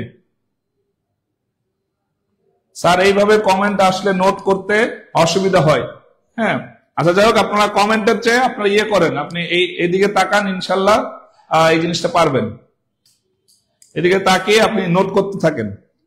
তাহলে দেখেন, আপনি একটু সরে দাঁড়ান। হ্যাঁ, সরে দাঁড়াচ্ছি। তাহলে স্পার্সো হলো space research and remote sensing organisation, যেটা 1980 সালে প্রতিষ্ঠিত, আগারগাঁও এটা সদর দপ্তর, এবং এটা প্রতিরক্ষা মন্ত্রণালয়ের অধীনে। খুবই গুরুত্বপূর্ণ একটা প্রশ্ন, সবাই কমেন্টে লিখে দেন স্পার্সো হলো প্রতিরক্ষা মন্ত্রণালয়ের অধীনে। খুবই গুরুত্বপূর্ণ একটা প্রশ্ন এবং সামনে পরীক্ষাগুলোতে আপনি পাবেন। সো এটা যদি শেষ হয়, আমরা পরে যে আরেকটা জিনিস আছে এটা নিয়ে আমরা একটা ব্যাখ্যা দেখব। এরপরে আমরা চলে যাই, এরপরে যে জিনিসটা আছে সেটা হচ্ছে এসডিআর। এসডিআর মানে হচ্ছে স্পেশাল ড্রয়িং রাইটস,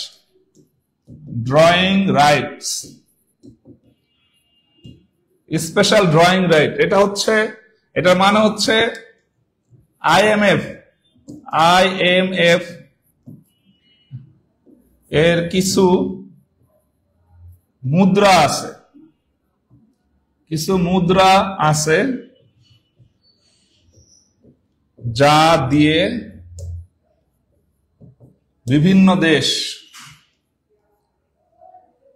বিভিন্ন দেশ রিজার্ভ সংক্রান্ত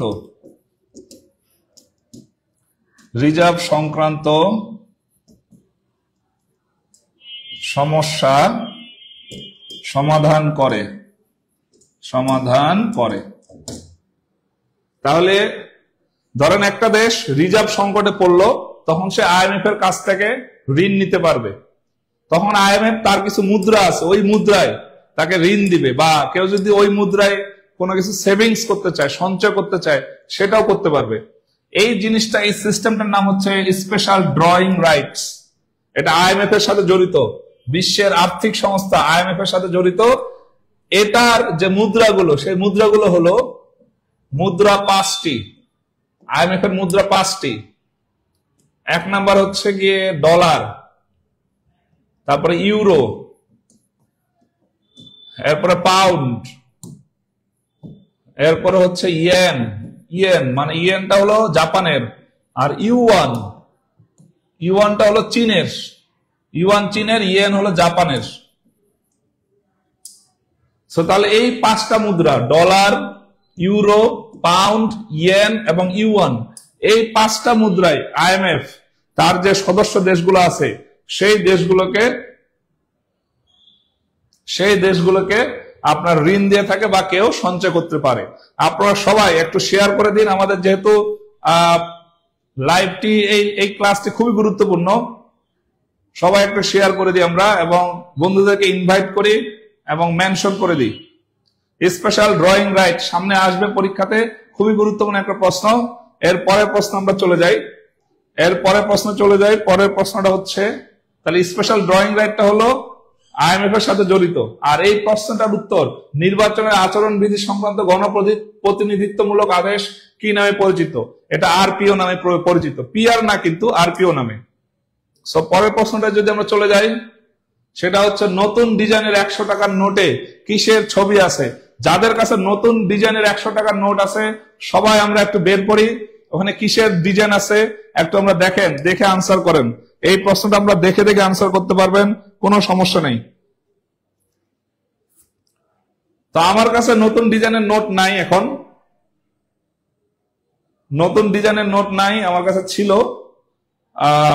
যেহেতু আমি বাংলাদেশ ব্যাংকে চাকরি করি, সো বাংলাদেশ ব্যাংকে আমি গেলেই মোটামুটি নতুন ডিজাইনের নোটের টাকা ভাঙতি করে আনতে পারি, কিন্তু আজকে সাথে নাই, আর না হলে আপনাদের দেখাতে পারতাম। সো সবাই একটু কমেন্টে জানাই, নতুন ডিজাইনের 100 টাকার যে নোটটি আছে সেই নোটে কিসের ছবি আছে? নতুন ডিজাইনের 100 টাকার নোটে কিসের ছবি আছে?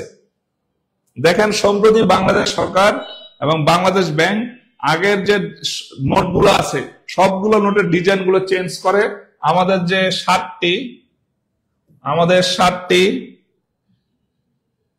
60টি আছে আমাদের ব্যাংক নোট আছে 60টি, এবং 3টি আছে সরকারি নোট।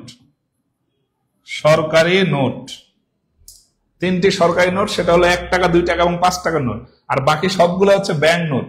তো নতুন যে 100 টাকার নোটটা আছে সেই নোটের যে ছবিটা আছে সেটা হচ্ছে সুন্দরবনে। তাহলে সুন্দরবনের ছবি আছে 100 টাকার নোটে। কান্তজির মন্দির আছে 20 টাকার নোটে। এরপর তারা মসজিদ লাগবে না, সংসদ ভবনটা আছে 1000 টাকার নোটে। তাহলে মনে রাখবেন এই 3টা জিনিস মনে রাখবেন, এই 3টা গুরুত্বপূর্ণ। 1000 টাকার নোটে আছে হলো সংসদ ভবন এবং স্মৃতিসৌধ।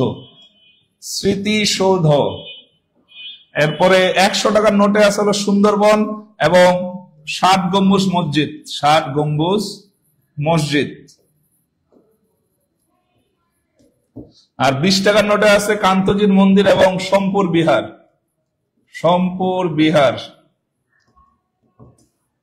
তাহলে নতুন যে নোটগুলো আছে এই 3টা নতুন নোটগুলোর মধ্যে এই 3টা মনে রাখবেন। 1000 টাকায় আছে সংসদ ভবন এবং স্মৃতিসৌধ, 100 টাকায় আছে হচ্ছে 7 গম্বুজ মসজিদ এবং সুন্দরবন, আর 20 টাকায় আছে সোমপুর বিহার এবং কান্তজি মন্দির। মনে রাখবেন, খুবই গুরুত্বপূর্ণ, বিভিন্ন পরীক্ষায় আসবে এবং অলরেডি আসছে, আপনারা দেখেছেন, অলরেডি চলে আসছে বিভিন্ন পরীক্ষায়। ওকে, এর পরের প্রশ্নটা হচ্ছে 8 নাম্বার, পর্যটন খাতে বিনিয়োগ বাড়াতে কোন দেশ ল্যান্ড ব্যাংক চালু করেছে? খুবই গুরুত্বপূর্ণ একটা প্রশ্ন। পর্যটন খাতে বিনিয়োগ বাড়ানোর জন্য কোন দেশ ল্যান্ড ব্যাংক চালু করেছে? ল্যান্ড ব্যাংক মানে হচ্ছে কোন মানুষ যখন অন্য কোনো দেশে ঘুরতে যাবে তখন সে দেখা যাচ্ছে যে তার কিছু অর্থ সংকটে পড়ে যায় হঠাৎ করে, বা টাকা হচ্ছে কি ডলারে বা অন্য ওই দেশের মুদ্রায় চেঞ্জ করতে হয়, টাকা এক্সচেঞ্জ করতে হয়, বা এরকম বিভিন্ন অর্থ সংক্রান্ত সমস্যায় পড়ে। তো এবং আরেকটি জিনিস হচ্ছে যে আপনি একজন বাংলাদেশের খুব ধনী একজন মানুষ অন্য কোনো দেশে পর্যটন খাতে বিনিয়োগ করতে চান, এই যে এতগুলো সমস্যা সংক্রান্ত বা সুযোগ সুবিধা সংক্রান্ত জিনিসপত্র নিয়ে মূলত একটা দেশ ল্যান্ড ব্যাংক চালু করেছে, যেটার কাজ হচ্ছে বিনিয়োগ নেয়া, তারপরে হচ্ছে কি বিনিয়োগ করা পর্যটন খাতে, তারপরে যারা পর্যটক আসবে তারা যাতে আর্থিক কোনো সমস্যায় না পড়ে সেই সংক্রান্ত কাজকর্মগুলো তারা করবে। তো সম্প্রতি এই কাজটা করছে হচ্ছে শ্রীলঙ্কা করেছে। খুবই গুরুত্বপূর্ণ, মনে রাখবেন। 2025 সালে পর্যটন খাতে বিনিয়োগ বাড়ানোর জন্য শ্রীলঙ্কা ল্যান্ড ব্যাংক চালু করেছে। ল্যান্ড ব্যাংক, যেহেতু শ্রীলঙ্কা করোনার সময় খুব বড় ধরনের একটা ধাক্কা খায় পর্যটন খাতে এবং তারা দেউলিয়া হয়ে যায়, পরবর্তীতে তারা এই বুদ্ধি করে মূলত তাদের দেশে পর্যটক বাড়ানোর চেষ্টা করে। সো ল্যান্ড ব্যাংক চালু করেছে শ্রীলঙ্কা। মনে রাখবেন, খুবই গুরুত্বপূর্ণ একটা প্রশ্ন। এর পরের প্রশ্নটি হচ্ছে আইএমএফ এর বর্তমান প্রধান কে? আইএমএফ এর পূর্ণরূপ হচ্ছে international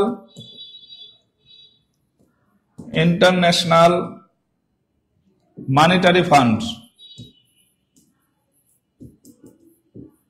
international monetary fund IMF, এটার সদর দপ্তর হলো ওয়াশিংটন ডিসিতে।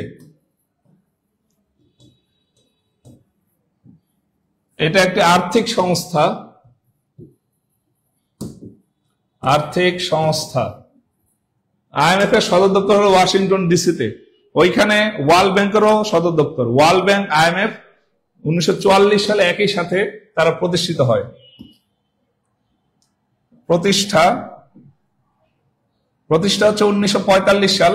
তবে প্রতিষ্ঠার জন্য যে সম্মেলনটা হয় সেটা হয় 1944 সালে। সেই 44 সালে ব্রেটন উডস সম্মেলনটা হয়। এই সম্মেলনটা হয় 1944 সালে, যখন বিশ্বযুদ্ধ চলমান, দ্বিতীয় বিশ্বযুদ্ধ। ওই সময় 1944 সালে ব্রেটন উডস নামক স্থানে যুক্তরাষ্ট্রের একটা সম্মেলন হয়। সম্মেলনের মাধ্যমে আইএমএফ এবং ওয়ার্ল্ড ব্যাংকের প্রতিষ্ঠা হয় এবং 44 সাল থেকে মূলত পৃথিবীতে ডলার আন্তর্জাতিক মুদ্রা হিসেবে আবির্ভাব হয় ডলারের, এবং পরবর্তীতে মূলত আমরা বিভিন্ন দেশ ডলারে আন্তর্জাতিক বাণিজ্য করাটা শুরু করি এবং ওইটার সূত্রপাত হয়, ডলার যে আন্তর্জাতিক মুদ্রা হবে এটার সূত্রপাত হয় 1944 সালে, এবং সেটা ছিল ব্রেটন উডস সম্মেলন। আইএমএফ এর সদর দপ্তর ওয়াশিংটন ডিসিতে। আইএমএফ প্রতিষ্ঠিত হয় 1945 সালে এবং এটা একটা আর্থিক সংস্থা। প্রশ্ন হচ্ছে আইএমএফ এর বর্তমান প্রধান কে? আইএমএফ এর বর্তমান প্রধান হচ্ছেন ক্রিস্টালিনা জর্জিয়েভা। মনে রাখবেন আইএমএফ এর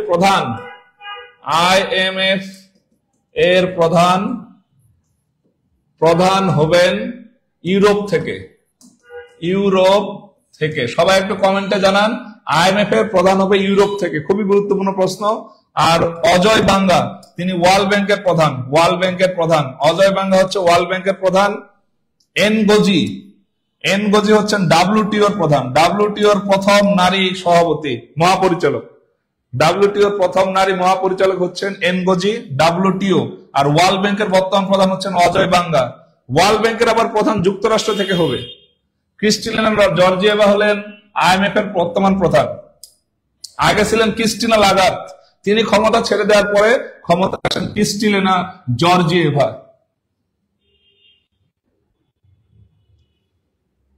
ওকে, আমরা পরের প্রশ্ন চলে যাই। তাহলে আইএমএফ নিয়ে এই সংক্রান্ত প্রশ্নগুলো হয়ে থাকে, খুব ভালো করে মনে রাখবেন। এর পরের প্রশ্নটা হচ্ছে বর্তমানে দেশে নদী বন্দর কয়টি? সবাই একটু জানান। এই প্রশ্নের উত্তর আমরা সবাই জানি, সবাই আমরা এটা চেষ্টা করি এবং কমেন্টে জানাই। কমেন্টে আপনারা আমাদের টিউটোরিয়াল পরিবার থেকে টিউটোরিয়াল পরিবারের কোনো কোর্সে ভর্তি হতে চাইলে অবশ্যই আমাদের উপরে যে নাম্বারটা আছে এই নাম্বারে কল দিবেন। তাৎক্ষণিকভাবে আপনি উত্তর পেয়ে যাবেন। আপনার যে কোনো সমস্যা সমাধানে টিউটোরিয়াল পরিবার সবসময় আপনার পাশে থাকবে।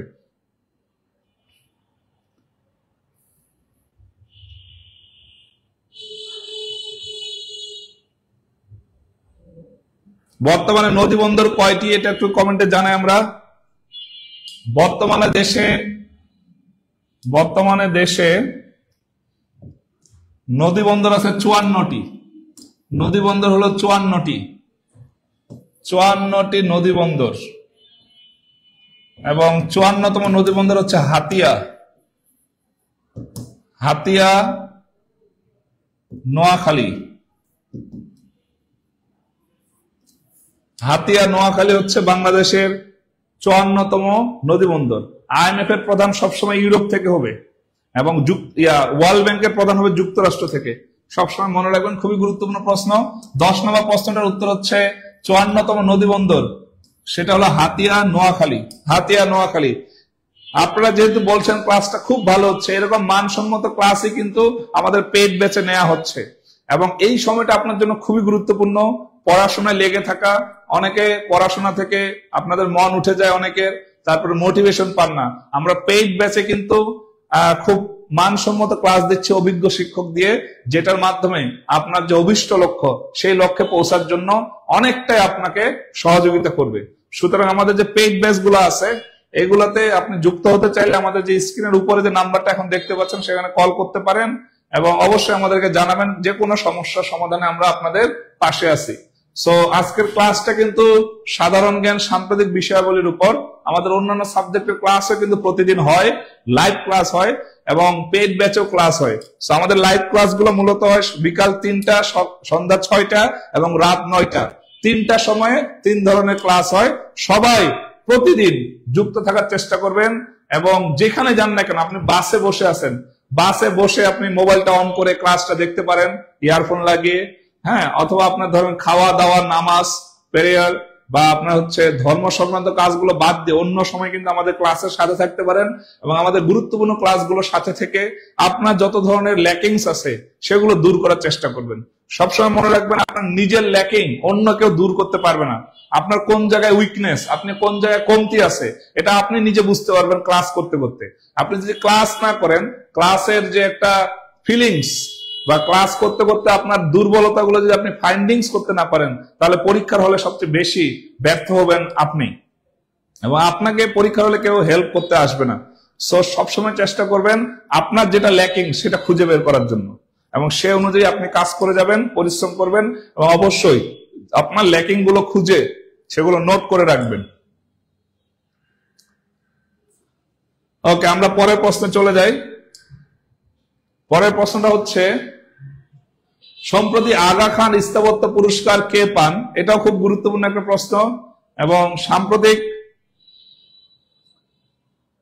সাম্প্রতিক সময়ে এই পুরস্কারটা খুবই আলোচিত হচ্ছে, এবং যিনি পেয়েছেন সবাই একটু কমেন্টে জানান, আমরা অনেকেই জানি তার নাম, এবং এই ক্লাসটা সবাই একটু শেয়ার করে দেওয়ার চেষ্টা করবেন। একজন বলেছেন টিউটোরিয়াল দুর্বলদের আশা ভরসা। ঠিক বলেছেন আপনি, আপনাকে অসংখ্য ধন্যবাদ। আমিও এটা বলি, আমিও যখন থেকে এখানে ক্লাস নেওয়া শুরু করেছি, আমি পেইড ব্যাচে ক্লাসগুলো দেখেছি, অনলাইনে ক্লাসগুলো দেখেছি, যারা দুর্বল, বিশেষ করে যারা বাংলাদেশের যে প্রাইমারি, তারপরে নিবন্ধন বা 10 থেকে 20তম গ্রেডের যে চাকরিগুলো, যেগুলো খুব সহজে পাওয়া যায়, প্রিলি পরীক্ষা দিয়েই, ছোটখাটো একটা রিটেন দিয়েই পাওয়া যায়, সেই চাকরিগুলোর প্রস্তুতির জন্য কিন্তু সমন্বিত এবং আমাদের যে সমন্বিত কোর্স, এবং এই কোর্সের জন্য আমাদের ডাইনামিক ব্যাচও আছে, সেই ব্যাচগুলোতে কিন্তু দুর্বল শিক্ষার্থীরা খুব ভালোভাবে ক্লাস করছে এবং এগিয়ে যাচ্ছে। সো দেখেন, 11 নম্বর যে প্রশ্নটি আছে সেটি হচ্ছে, সম্প্রতি আগা খান স্থাপত্য পুরস্কার, অর্থাৎ ইঞ্জিনিয়ারিং এ, সিভিল ইঞ্জিনিয়ারিং এ বাংলাদেশের পরিবেশ বান্ধব বা মানুষের জন্য খুবই উপকারী কোন যদি স্থাপত্য থাকে, সেগুলোর ক্ষেত্রে আগা খান পুরস্কার দেওয়া হয়। আগা খান পুরস্কার এটা স্থাপত্য শিল্পে দেওয়া হয়। এই বছর পেয়েছেন মেরিনা তাবাসসুম, 2025 সালে পেয়েছেন মেরিনা তাবাসসুম। কেন পেয়েছেন? তিনি আমাদের যে বাংলাদেশের চরাঞ্চল গুলো আছে, মেঘনা নদী, যমুনা নদীর চরে যে মানুষগুলো আছে, তারা মানবত জীবন যাপন করে, বৃষ্টি মৌসুমে পানি উঠে যায় চরে, তাদের বাড়িঘর নিয়ে অন্যত্র চলে যেতে হয়। তখন মেরিনা তাবাসসুম গবেষণা করে দেখলেন যে তাদের জন্য একটা বাড়ির ডিজাইন করা যায়, নিচটা ফাঁকা থাকবে, উপরে হচ্ছে তাদের বাসাটা থাকবে, অর্থাৎ নিচে বাঁশ বা পিলার দিয়ে একটা ফাউন্ডেশন তৈরি করে উপরে তাদের বাসাটা থাকবে। যেই বাসাটার নাম দিলেন তিনি খুদি বাড়ি। খুদি বাড়ি। তাহলে খুদি বাড়ি স্থাপত্যের জন্য মেরিনা তাবাসসুম 2025 সালে আগা খান স্থাপত্য পুরস্কার পেয়েছেন। খুবই গুরুত্বপূর্ণ, মনে রাখবেন, খুদি বাড়ি স্থাপত্য শিল্প বা খুদি বাড়ি স্থাপত্যের জন্য 2025 সালে খুদি বাড়ি যে স্থাপত্য আছে, এটার জন্য 2025 সালে মেরিনা তাবাসসুম আগা খান পুরস্কার পান। এবং খুদি বাড়িটা হচ্ছে এরকম ধরেন একটা ঘরের ফাউন্ডেশন থাকবে, এবং এই ঘরটা থাকবে, এটা একটা ঘর ধরেন, এই ঘরটা মাটির সাথে থাকবে না, এটার নিচে একটা বাঁশের বা কাঠের একটা ফাউন্ডেশন থাকবে, এই ফাউন্ডেশনের উপরে মূলত এই ঘরটা থাকবে। এই ঘরটার ডিজাইনটা এরকম, আপনারা এখনই ইন্টারনেটে সার্চ দিয়ে দেখতে পারবেন। তাহলে মেরিনা তাবাসসুম হচ্ছেন এই বছর আগা খান স্থাপত্য পুরস্কার পেয়েছেন। এরপরে প্রশ্ন আমরা চলে যাই। এরপরের প্রশ্নটা হচ্ছে 12 নাম্বার, বৈশ্বিক উদ্ভাবনী সূচকে শীর্ষ দেশ কোনটি? বৈশ্বিক উদ্ভাবনী সূচকে শীর্ষ দেশ কোনটি? খুবই গুরুত্বপূর্ণ একটা প্রশ্ন। এই বৈশ্বিক উদ্ভাবনী সূচক, অর্থাৎ কারা সবচেয়ে উদ্ভাবনে শ্রেষ্ঠ, এই সূচকটা প্রকাশ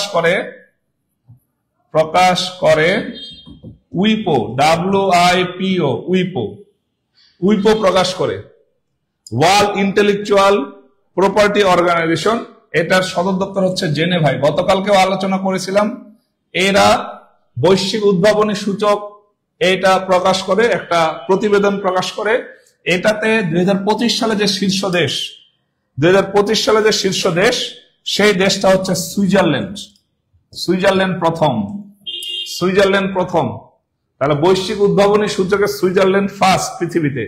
বাংলাদেশ হচ্ছে 106তম বৈশ্বিক উদ্ভাবনী সূচকে। আর আইসল্যান্ড হচ্ছে শান্তির দেশ, বিশ্বের শান্তিতে শীর্ষ দেশ হচ্ছে আইসল্যান্ড। এরপর বাংলাদেশ হলো আমাদের যে বৈশ্বিক উদ্ভাবনী সূচক আছে, এই সূচকে 106তম হচ্ছে বাংলাদেশ, এবং বৈশ্বিক উদ্ভাবনী সূচকে প্রথম বা শীর্ষ দেশ হচ্ছে সুইজারল্যান্ড।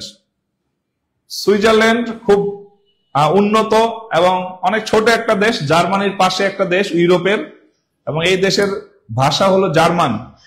তো সুইজারল্যান্ডের যে আমরা জানি যে ঘড়ি শিল্প খুবই বিখ্যাত। তারপরে তারা হচ্ছে গিয়ে তাদের যে একটা শহর আছে জেনেভা, এই জেনেভাতে কিন্তু অনেকগুলো সংস্থার সদর দপ্তর, এই জন্য জেনেভাকে বলা হয় সম্মেলনের শহর। তো আপনাদের সবার কাছে একটা প্রশ্ন থাকবে, আপনারা একটু জানান যে সুইজারল্যান্ডের রাজধানীর নামটা কি? সুইজারল্যান্ডের রাজধানীর নাম কি? আমি জানি আপনারা সবাই জানেন, একটু কমেন্টে জানান যে সুইজারল্যান্ডের রাজধানীর নাম কি। আর এই প্রশ্নের উত্তর, বৈশ্বিক উদ্ভাবনী সূচকে শীর্ষ দেশ হলো সুইজারল্যান্ড। বৈশ্বিক উদ্ভাবনী সূচকে শীর্ষ দেশ সুইজারল্যান্ড। এবং আপনারা একটু জানান কমেন্টে জানান যে সুইজারল্যান্ডের রাজধানীর নাম কি? কে বলতে পারবেন সুইজারল্যান্ডের রাজধানীর নাম কি? সুইজারল্যান্ডের রাজধানীর নাম একটু জানান কমেন্টে। সুইজারল্যান্ড। এর পরের প্রশ্ন আমরা চলে যাই। অনেকে বলছেন জেনেভা। হ্যাঁ, সুইজারল্যান্ডের একটু রাজধানীর নামটা জানান। এরপরে 13 নম্বর প্রশ্ন,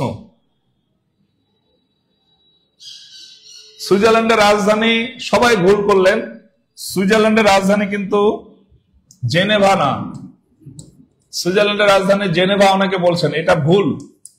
সুইজারল্যান্ডের রাজধানী হচ্ছে বার্ন। সুইজারল্যান্ডের রাজধানী হলো বার্ন, মনে রাখবেন। অনেকে ভুল করেছেন, 99% আপনারা ভুল করেছেন, 2-1 বাদে, যেমন আয়েশা মাহমুদ বার্ন, মুসলিমা জাহান বার্ন। তাহলে সুইজারল্যান্ডের রাজধানী হচ্ছে বার্ন। জেনেভা হচ্ছে সুইজারল্যান্ডের একটা শহর এবং খুব বিখ্যাত একটা শহর, যেই শহরে অনেকগুলো সংস্থার সদর দপ্তর, এবং এই জন্য এই জেনেভাকে বলা হয় সম্মেলনের শহর। জেনেভাকে বলা হয় সম্মেলনের শহর। তাহলে আমরা পরের প্রশ্নটায় চলে যাই। পরের প্রশ্ন এখানে যেটা আছে দেখেন, 2025 সালে কোন যুদ্ধের 80 বছর পূর্তি হয়? 2025 সালে কোন যুদ্ধের 80 বছর পূর্তি হয়? 2025 সালের 80 বছর পূর্তি মানে কি? 2025 সাল থেকে 80 বছর পেছনে যেতে হবে। তাহলে 80 বছর পেছনে চলে গেলে আমরা পাবো 1945 সাল। আমরা পাবো 1945 সাল। 1945 সালে যে যুদ্ধটা হয়, এটা হচ্ছে দ্বিতীয় বিশ্বযুদ্ধ। এবং দ্বিতীয় বিশ্বযুদ্ধটা শুরু হয় 1939 সালে, শেষ হয় 1945 সালে। তাহলে 39 সালে দ্বিতীয় বিশ্বযুদ্ধ শুরু হয়, 45 সালে শেষ হয়। এই জন্য 2025 সালে যে যুদ্ধটার 80 বছর পূর্তি হচ্ছে, সেটা হচ্ছে দ্বিতীয় বিশ্বযুদ্ধ। খুবই গুরুত্বপূর্ণ একটা প্রশ্ন, পরীক্ষায় চলে আসবে যে 2025 সালে কোন যুদ্ধের 80 বছর পূর্তি হয়েছে? দ্বিতীয় বিশ্বযুদ্ধ। এবং অন্যদিকে প্রথম বিশ্বযুদ্ধ আমরা জানি, এটা 1914 সালে শুরু হয়, শেষ হয় 1918 সালে। ক্রিমিয়া যুদ্ধ হয় 1854 সালে, আর কোরিয়া যুদ্ধ হয় 1950 থেকে 53 সাল পর্যন্ত। সো এই যুদ্ধগুলা অন্যান্য সাল আছে। কোরিয়া যুদ্ধ 50 সালে হয়, ক্রিমিয়া যুদ্ধ হয় ক্রিমিয়াকে নিয়ে, ইউক্রেনের একটা অংশ ক্রিমিয়াকে নিয়ে হয়। দ্বিতীয় বিশ্বযুদ্ধটা হয় 39 থেকে 45 সাল পর্যন্ত, এবং প্রথম বিশ্বযুদ্ধ হয় 1914 থেকে 1918 সাল পর্যন্ত। এখানে ফুর্তি হয়ে গেছে। যাই হোক, অনেকের কাছে এটা পূর্তি, অনেকের কাছে এটা ফুর্তি, কারণ যারা ওই যুদ্ধে জয়লাভ করেছিল তাদের কাছে একটা ফুর্তি, আর যারা ওই যুদ্ধে হেরে গিয়েছিল তাদের জন্য একটা ফুর্তি। তার মানে আজকে থেকে আপনি বলতে পারেন যে যারা কোনো খেলায় বা কোনো যুদ্ধে হেরে যাবে তারা হবে পূর্তি, আর যারা জয়লাভ করবে তারা করবে ফুর্তি। সো আমরা আজকে যেহেতু অনেক কিছু শিখলাম, আমরা বলবো আমরা ফুর্তি, ঠিক আছে, আমরা ফুর্তি। যাই হোক, ভুল কিন্তু কোনো কিছুই নাই, মানে এখানে কিছু এই কথাটায় গ্রামাটিক্যাল ভুল আছে, কিন্তু ব্যবহারিক অর্থে কিন্তু আমরা এটা ব্যবহার করতে পারি, ঠিক আছে। ওকে, এখন আমরা চলে যাই পরের প্রশ্নে। পরের প্রশ্নে 14 নম্বর প্রশ্ন, নিচের কোনটি ডোনাল্ড ট্রাম্প দাবি করেননি? খুবই গুরুত্বপূর্ণ একটা প্রশ্ন। ডোনাল্ড ট্রাম্প ক্ষমতায় এসেই তিনি কিন্তু পুরো পৃথিবী দাপিয়ে বেড়াচ্ছেন, পুরো পৃথিবীর রাজনীতি তিনি জমিয়ে রেখেছেন। এই ডোনাল্ড ট্রাম্প ক্ষমতায় আসার পরে অনেকগুলো নির্বাহী আদেশে তিনি স্বাক্ষর করেছেন, এবং নির্বাহী আদেশে স্বাক্ষর যে করেছেন, এই নির্বাহী আদেশগুলোর মধ্যে অনেকগুলো গুরুত্বপূর্ণ আদেশ তিনি জারি করেন ক্ষমতায় এসেই। যেমন শুল্ক আরোপ করেন, তারপরে মেক্সিকো সীমান্তে আবার বর্ডার দিতে চান তিনি, তারপরে হলো গিয়ে জলবায়ু ইস্যুতে তিনি অর্থ দেয়া বন্ধ করে দেন, জাতিসংঘে তিনি চাঁদা দেয়া বন্ধ করে দেন। এরকম অনেকগুলো উদ্যোগ তিনি গ্রহণ করেছেন। এবং রাশিয়া ইউক্রেন যুদ্ধে তিনি বলেছেন, আমি এই যুদ্ধে আর টাকা খরচ করবো না, অর্থ ব্যয় করবো না, আমি এই যুদ্ধের সমাপ্তি চাই।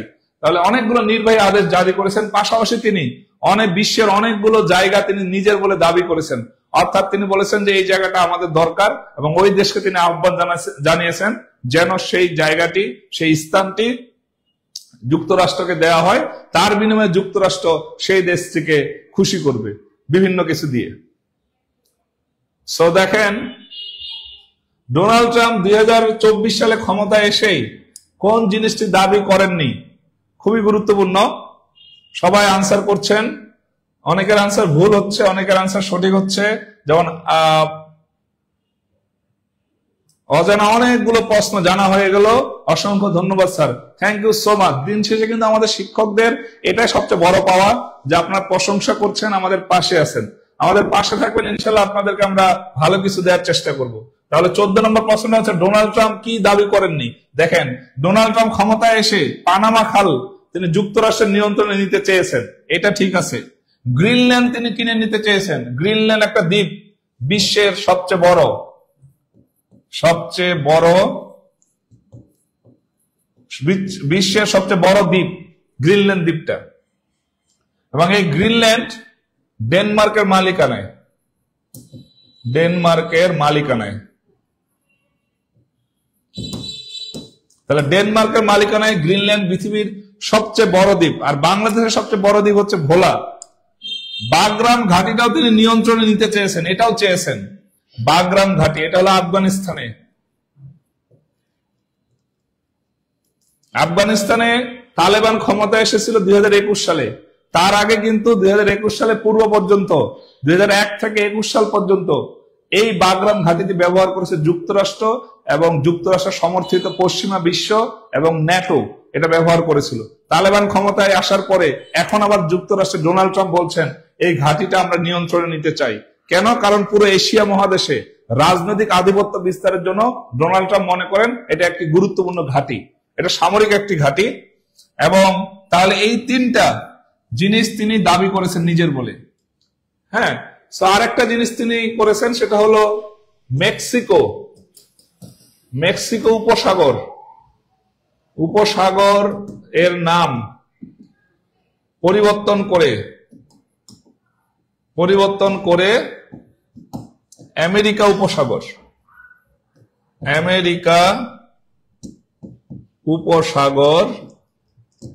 করেছেন। তাহলে তিনি কিন্তু মেক্সিকো উপসাগরের নাম, আপনি এখন সার্চ দেন, দেখবেন ওইখানে লেখা আসবে গালফ অফ মেক্সিকো, পরিবর্তে লেখা আসবে গালফ অফ আমেরিকা, ঠিক আছে। তাহলে ডোনাল্ড ট্রাম্প কিন্তু অনেকগুলো জিনিস তিনি নিয়ন্ত্রণ নিতে চাচ্ছেন। তাহলে পানামা খাল, গ্রিনল্যান্ড, বাগরাম ঘাটি তিনি দাবি করেছেন। দাবি করেননি হাম্বানটোটা বন্দর। হাম্বানটোটা বন্দরটা হলো শ্রীলঙ্কায়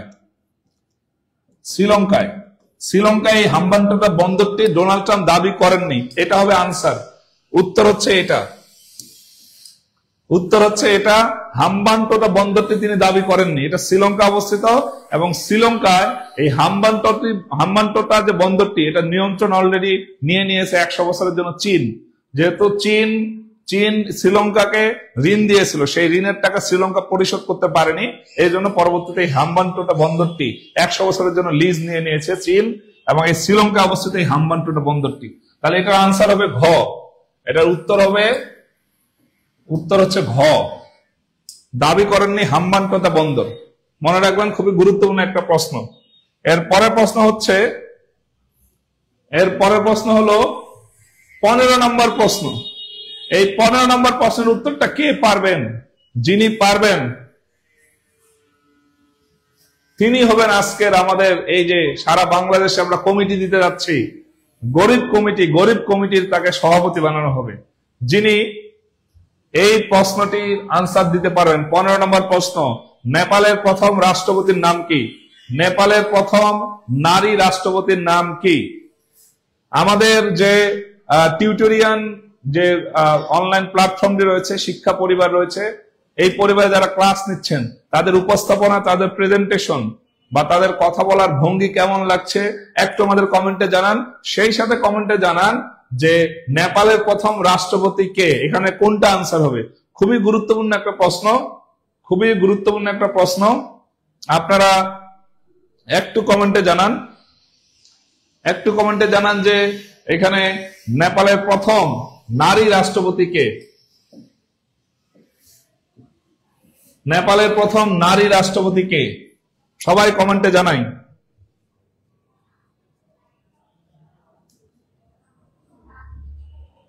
নেপালের প্রথম নারী রাষ্ট্রপতি সবাই বলছেন সুশীলা কার্কি।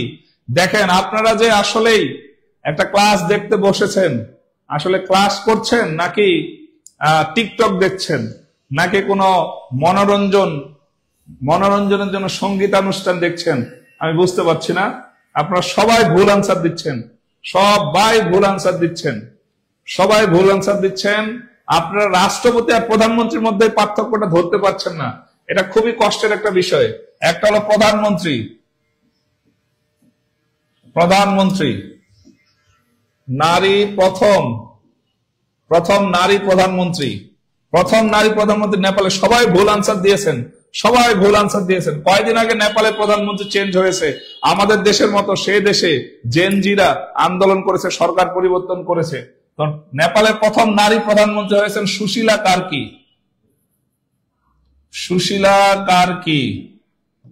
আর নেপালের প্রথম নারী রাষ্ট্রপতি কে? এই তিনজনের মধ্যে কে? এই তিনজনের মধ্যে হচ্ছেন বিদ্যা দেবী ভান্ডারী। ওই যে দেখবেন কয়েকদিন আগে আমাদের বাংলাদেশে কুষ্টিয়াতে লালনের আখড়ায় আপনার লালন মেলা হয়েছে, সেখানে কিন্তু একটা গান খুব প্রচলিত ছিল। আমি যদিও যাইনি, বাবা ভান্ডারী রে। তো এই ভান্ডারী হচ্ছেন নেপালের প্রথম নারী রাষ্ট্রপতি। আপনারা সবাই ভুল আনসার করেছেন, প্রথমে সবাই ধরা খেয়ে গেলেন। সুশীলা কার্কি নামটা দেখে সবাই ঝাঁপায়া পড়ছেন, কিন্তু উপরে রাষ্ট্রপতি বলেছে নাকি প্রধানমন্ত্রী বলেছে সেটা তো দেখা লাগবে। আমরা পরীক্ষার হলে করি কি, আমরা প্রশ্ন করি অর্ধেক, নেপালের প্রথম নারী এখানে দেখে আমরা নারীর দিকে চলে যাই। ঠিক আছে? হ্যাঁ, তো এই নারীর দিকে দেখে আমরা মনে করি ও সুশীলা কার্কি। আর আপনি যাতে ভুল করেন সেজন্য পরীক্ষকরা পরে কি কোশ্চেন করার সময় ক নাম্বারে দিবে সুশীলা কার্কি, কিন্তু পরে যে ঘ নাম্বারে বা গ নাম্বারে বিদ্যা দেবী ভান্ডারী বা অন্য একটা অপশন যেটা কিনা সঠিক উত্তর সেটা থাকবে, সেদিকে আপনি আর তাকানোর সময় পাবেন না। অলরেডি গেম ওভার, আপনার জীবনের ভান্ডারী হয়ে গেছে। তাহলে এই যে ভান্ডারী মানে ব্যাপারটা হচ্ছে লালনের মেলায় ওই যে দেখবেন অনেকে বিভিন্ন জিনিস খেয়ে অজ্ঞান হয়ে পড়েছিল, ভান্ডারী বলে চিৎকার করছিল। ঠিক আছে, তারা কোথায় আছে, কি করছে, তাদের মাথায় কিন্তু সেটা কাজ করছিল না। আজকে সেম কাজটা আপনার সাথেও হয়েছে। মানে আপনি রাষ্ট্রপতি নাকি প্রধানমন্ত্রী সেদিকে না তাকিয়ে নিজেই ভান্ডারী হয়ে গেছেন। আমরা ভবিষ্যতে ইনশাল্লাহ ভান্ডারী কমিটিও দিব সারা বাংলাদেশে। আমাদের যারা ভান্ডারী গোষ্ঠী আছেন আমরা ভান্ডারী কমিটি দিব। ঠিক আছে, একজন স্যার আমি রাইট দিয়েছি, ঠিক হ্যাঁ, আইরিন ইসলাম, অসংখ্য ধন্যবাদ। তাহলে নেপালের প্রথম রাষ্ট্রপতি হচ্ছেন বিদ্যা দেবী ভান্ডারী, প্রথম নারী প্রধানমন্ত্রী হচ্ছেন সুশীলা কার্কি, আর দ্রৌপদী মুর্মু তিনি হচ্ছেন ভারতের বর্তমান নারী রাষ্ট্রপতি। দ্রৌপদী মুর্মু হচ্ছেন ভারতের বর্তমান নারী রাষ্ট্রপতি। আর শ্রীমাভো বন্দ্যোপাধ্যায় তিনি হচ্ছেন বিশ্বের প্রথম নারী প্রধানমন্ত্রী। তার দেশ হলো শ্রীলঙ্কা। তাহলে শ্রীমাভো বন্দ্যোপাধ্যায় হচ্ছেন বিশ্বের প্রথম নারী প্রধানমন্ত্রী, তিনি শ্রীলঙ্কার, এটা সবাই আমরা জানি। অন্যদিকে বিদ্যা দেবী ভান্ডারী হচ্ছেন নেপালের বর্তমান রাষ্ট্রপতি, প্রথম নারী রাষ্ট্রপতি, এবং বর্তমানেও আছেন। সুশীলা কার্কি হচ্ছেন প্রথম নারী প্রধানমন্ত্রী। হ্যাঁ, এবং এইখানে যে দ্রৌপদী মুর্মু আছেন তিনি হচ্ছেন ভারতের বর্তমান নারী রাষ্ট্রপতি। তাহলে এই চারজন খুবই গুরুত্বপূর্ণ। গণহারে আপনারা কট খাচ্ছেন। হ্যাঁ, আমি জানি না আপনারা লালনের মেলায় ওই জিনিসটা খাইছেন কিনা, এখন আজকে দেখি সবাই গণহারে কট খাচ্ছেন। তাহলে দেখেন, একজন বলেছেন আমি হব সেই কমিটির প্রধান, গোলাম রব্বানী, ধন্যবাদ আপনাকে। হ্যাঁ, সো আপনারা দেখেন, আবার আমরা এটা রিভিশন দিই। সুশীলা কার্কি হচ্ছেন নেপালের প্রথম নারী প্রধানমন্ত্রী, বর্তমানে আছেন। দ্রৌপদী মুর্মু হচ্ছেন বর্তমানে ভারতের নারী রাষ্ট্রপতি। বিদ্যা দেবী ভান্ডারী হচ্ছেন নেপালের প্রথম নারী রাষ্ট্রপতি।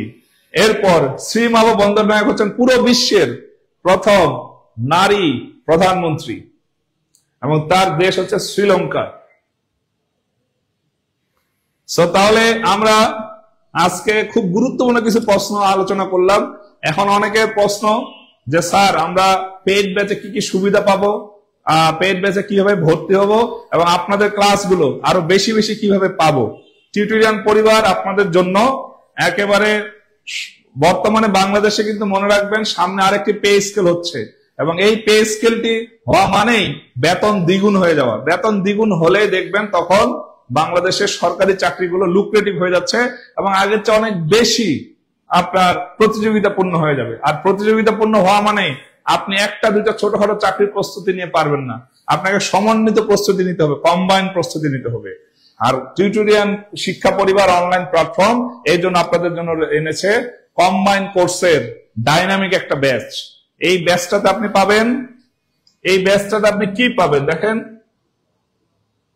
এই ব্যাচটাতে আমরাই বাংলাদেশে প্রথম এই কম্বাইন কোর্সটা নিয়ে এসেছি, এবং এটা একটা ডাইনামিক ব্যাচ। সেই সাথে আপনারা একটু জানান আজকের ক্লাসটি কেমন লেগেছে। কারো কোনো প্রশ্ন থাকলে, কারো কোনো জানার থাকলে আমাকে কমেন্টে জানান।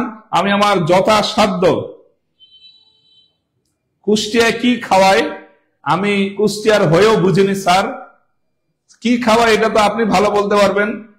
সো আজকের ক্লাসটি কেমন লাগলো আপনারা একটু কমেন্টে জানান। সেই সাথে আপনারা যারা এখনো আমাদের কোর্সে যুক্ত হননি, যারা সামনের প্রতিযোগিতামূলক চাকরি পরীক্ষা ভালো করতে চাচ্ছেন, তাদের জন্য আমরা একটা কম্বাইন কোর্সের ডাইনামিক ব্যাচ চালু করেছি, এবং এটাই বাংলাদেশের প্রথম যেটা কিনা কম্বাইন কোর্স। আপনি একই সাথে প্রাইমারি, নিবন্ধন এবং 10 থেকে 20তম গ্রেডের প্রস্তুতি সমন্বিতভাবে নিতে পারবেন। এবং সবচেয়ে ইন্টারেস্টিং বিষয় হচ্ছে আপনি ভর্তি হওয়ার পরে আগের যে কোর্সগুলো আছে, ক্লাসগুলো আছে, ব্যাচগুলো আছে, সেখানে যুক্ত হতে পারবেন। পরবর্তীতে ভর্তি হওয়ার পরে যত ব্যাচ এবং ক্লাস হবে সবগুলোতে আপনাকে যুক্ত করা হবে। তার মানে আপনি এখানে প্রায় 100-র উপরে লাইভ ক্লাস পাবেন, 100-র উপরে রেকর্ডেড ক্লাস পাবেন, এবং 100টা এক্সাম পাবেন। সেই সাথে আপনাকে আবার কি দিচ্ছি আমরা, সেই সাথে আপনাকে আমরা বইও দিয়ে দিচ্ছি, আমাদের কোর্সের বই। এখানে লাইভ ক্লাস থাকবে, রেকর্ডেড ক্লাস থাকবে, এক্সাম ব্যাচ থাকবে, এক্সাম ক্লাস থাকবে, সাথে আপনাকে আমরা 1200 টাকা মূল্যের বই ফ্রি দিয়ে দিচ্ছি, 4টা বই সাথে মানচিত্র। এবং এই বইগুলা কিন্তু আপনি ফ্রি পেয়ে যাচ্ছেন ওই কোর্সের সাথেই। এখন বলতে পারেন স্যার এখন কোর্সের প্রাইসটা বা আমাদের জন্য কেমন। আজকে যারা এই মুহূর্তে লাইভ চলাকালীন ভর্তি হবেন, এবং আজকের জন্য কিন্তু ডিসকাউন্ট হলো 70%। মনে রাখবেন আজকের জন্য ডিসকাউন্ট আমরা দিয়েছি 70%, এবং সেটা শুধু আপনাদের জন্য 70% ডিসকাউন্ট করে মাত্র 1450 টাকা আপনি এখন ভর্তি হতে পারবেন। এবং অনেকের যদি টাকা এই টাকাটা দিতেও সমস্যা হয়, আপনারা আমাদের হটলাইন নাম্বারে ফোন দিবেন, আমরা যথাসাধ্য চেষ্টা করব আপনার আর্থিক অসচ্ছলতার ব্যাপারটা মাথায় নিয়ে আপনাকে আমাদের ব্যাচে ভর্তি করানো।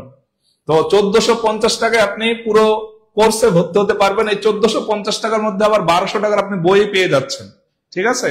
এবং সেই সাথে আগের ক্লাস, পরের ক্লাস সবগুলো পাচ্ছেন, 100টা লাইভ ক্লাস, 100টা রেকর্ডেড ক্লাস, এবং এক্সাম গুলো দিতে পাচ্ছেন।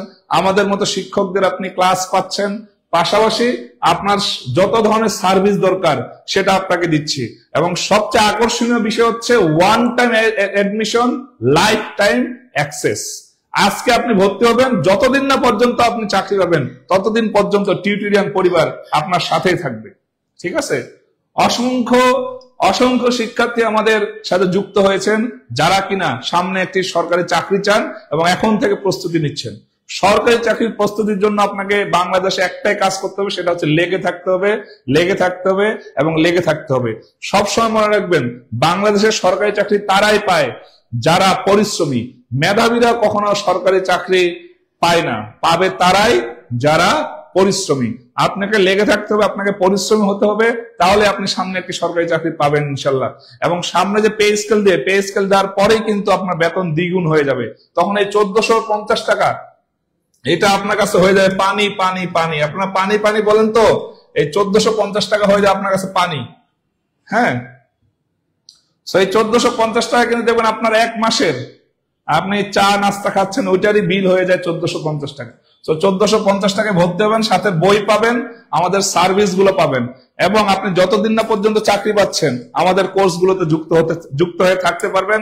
আমাদের ক্লাস গুলো পাবেন, আমাদের সার্ভিস গুলো পাবেন, আমাদের দিক নির্দেশনামূলক যে সেমিনার গুলো হবে সেগুলো আপনার জন্য সবকিছুই থাকবে এবং সবকিছু থাকবে ফ্রি একেবারে। ফুল কোর্সে মোট 4500 টাকা আসে, সেখান থেকে আমরা 70% ডিসকাউন্ট দিয়ে 1450 টাকা আপনাকে ভর্তি করছি। এবং যারা ভর্তি হতে চান এই নাম্বার আমাদেরকে সেন্ড মানি করে সেটা স্ক্রিনশট পাঠিয়ে দিবেন হোয়াটসঅ্যাপে। স্ক্রিনশট পাঠিয়ে দিলে আপনাকে আমরা আমাদের যে পেইড ব্যাচ আছে সেখানে যুক্ত করে দিব। আমাদের ক্লাসগুলো কেমন লাগছে, আমাদের প্রেজেন্টেশন, আমাদের সার্ভিস এবং আমাদের যে অভিজ্ঞ শিক্ষকদের পড়ানোর স্টাইল, এগুলো কেমন লাগছে আমাদের কমেন্টে জানান। এবং শেষ মুহূর্তে আমাদেরকে একটু জানান যে আজকে সারাদিন আপনারা কয় ঘন্টা পড়াশোনা করেছেন।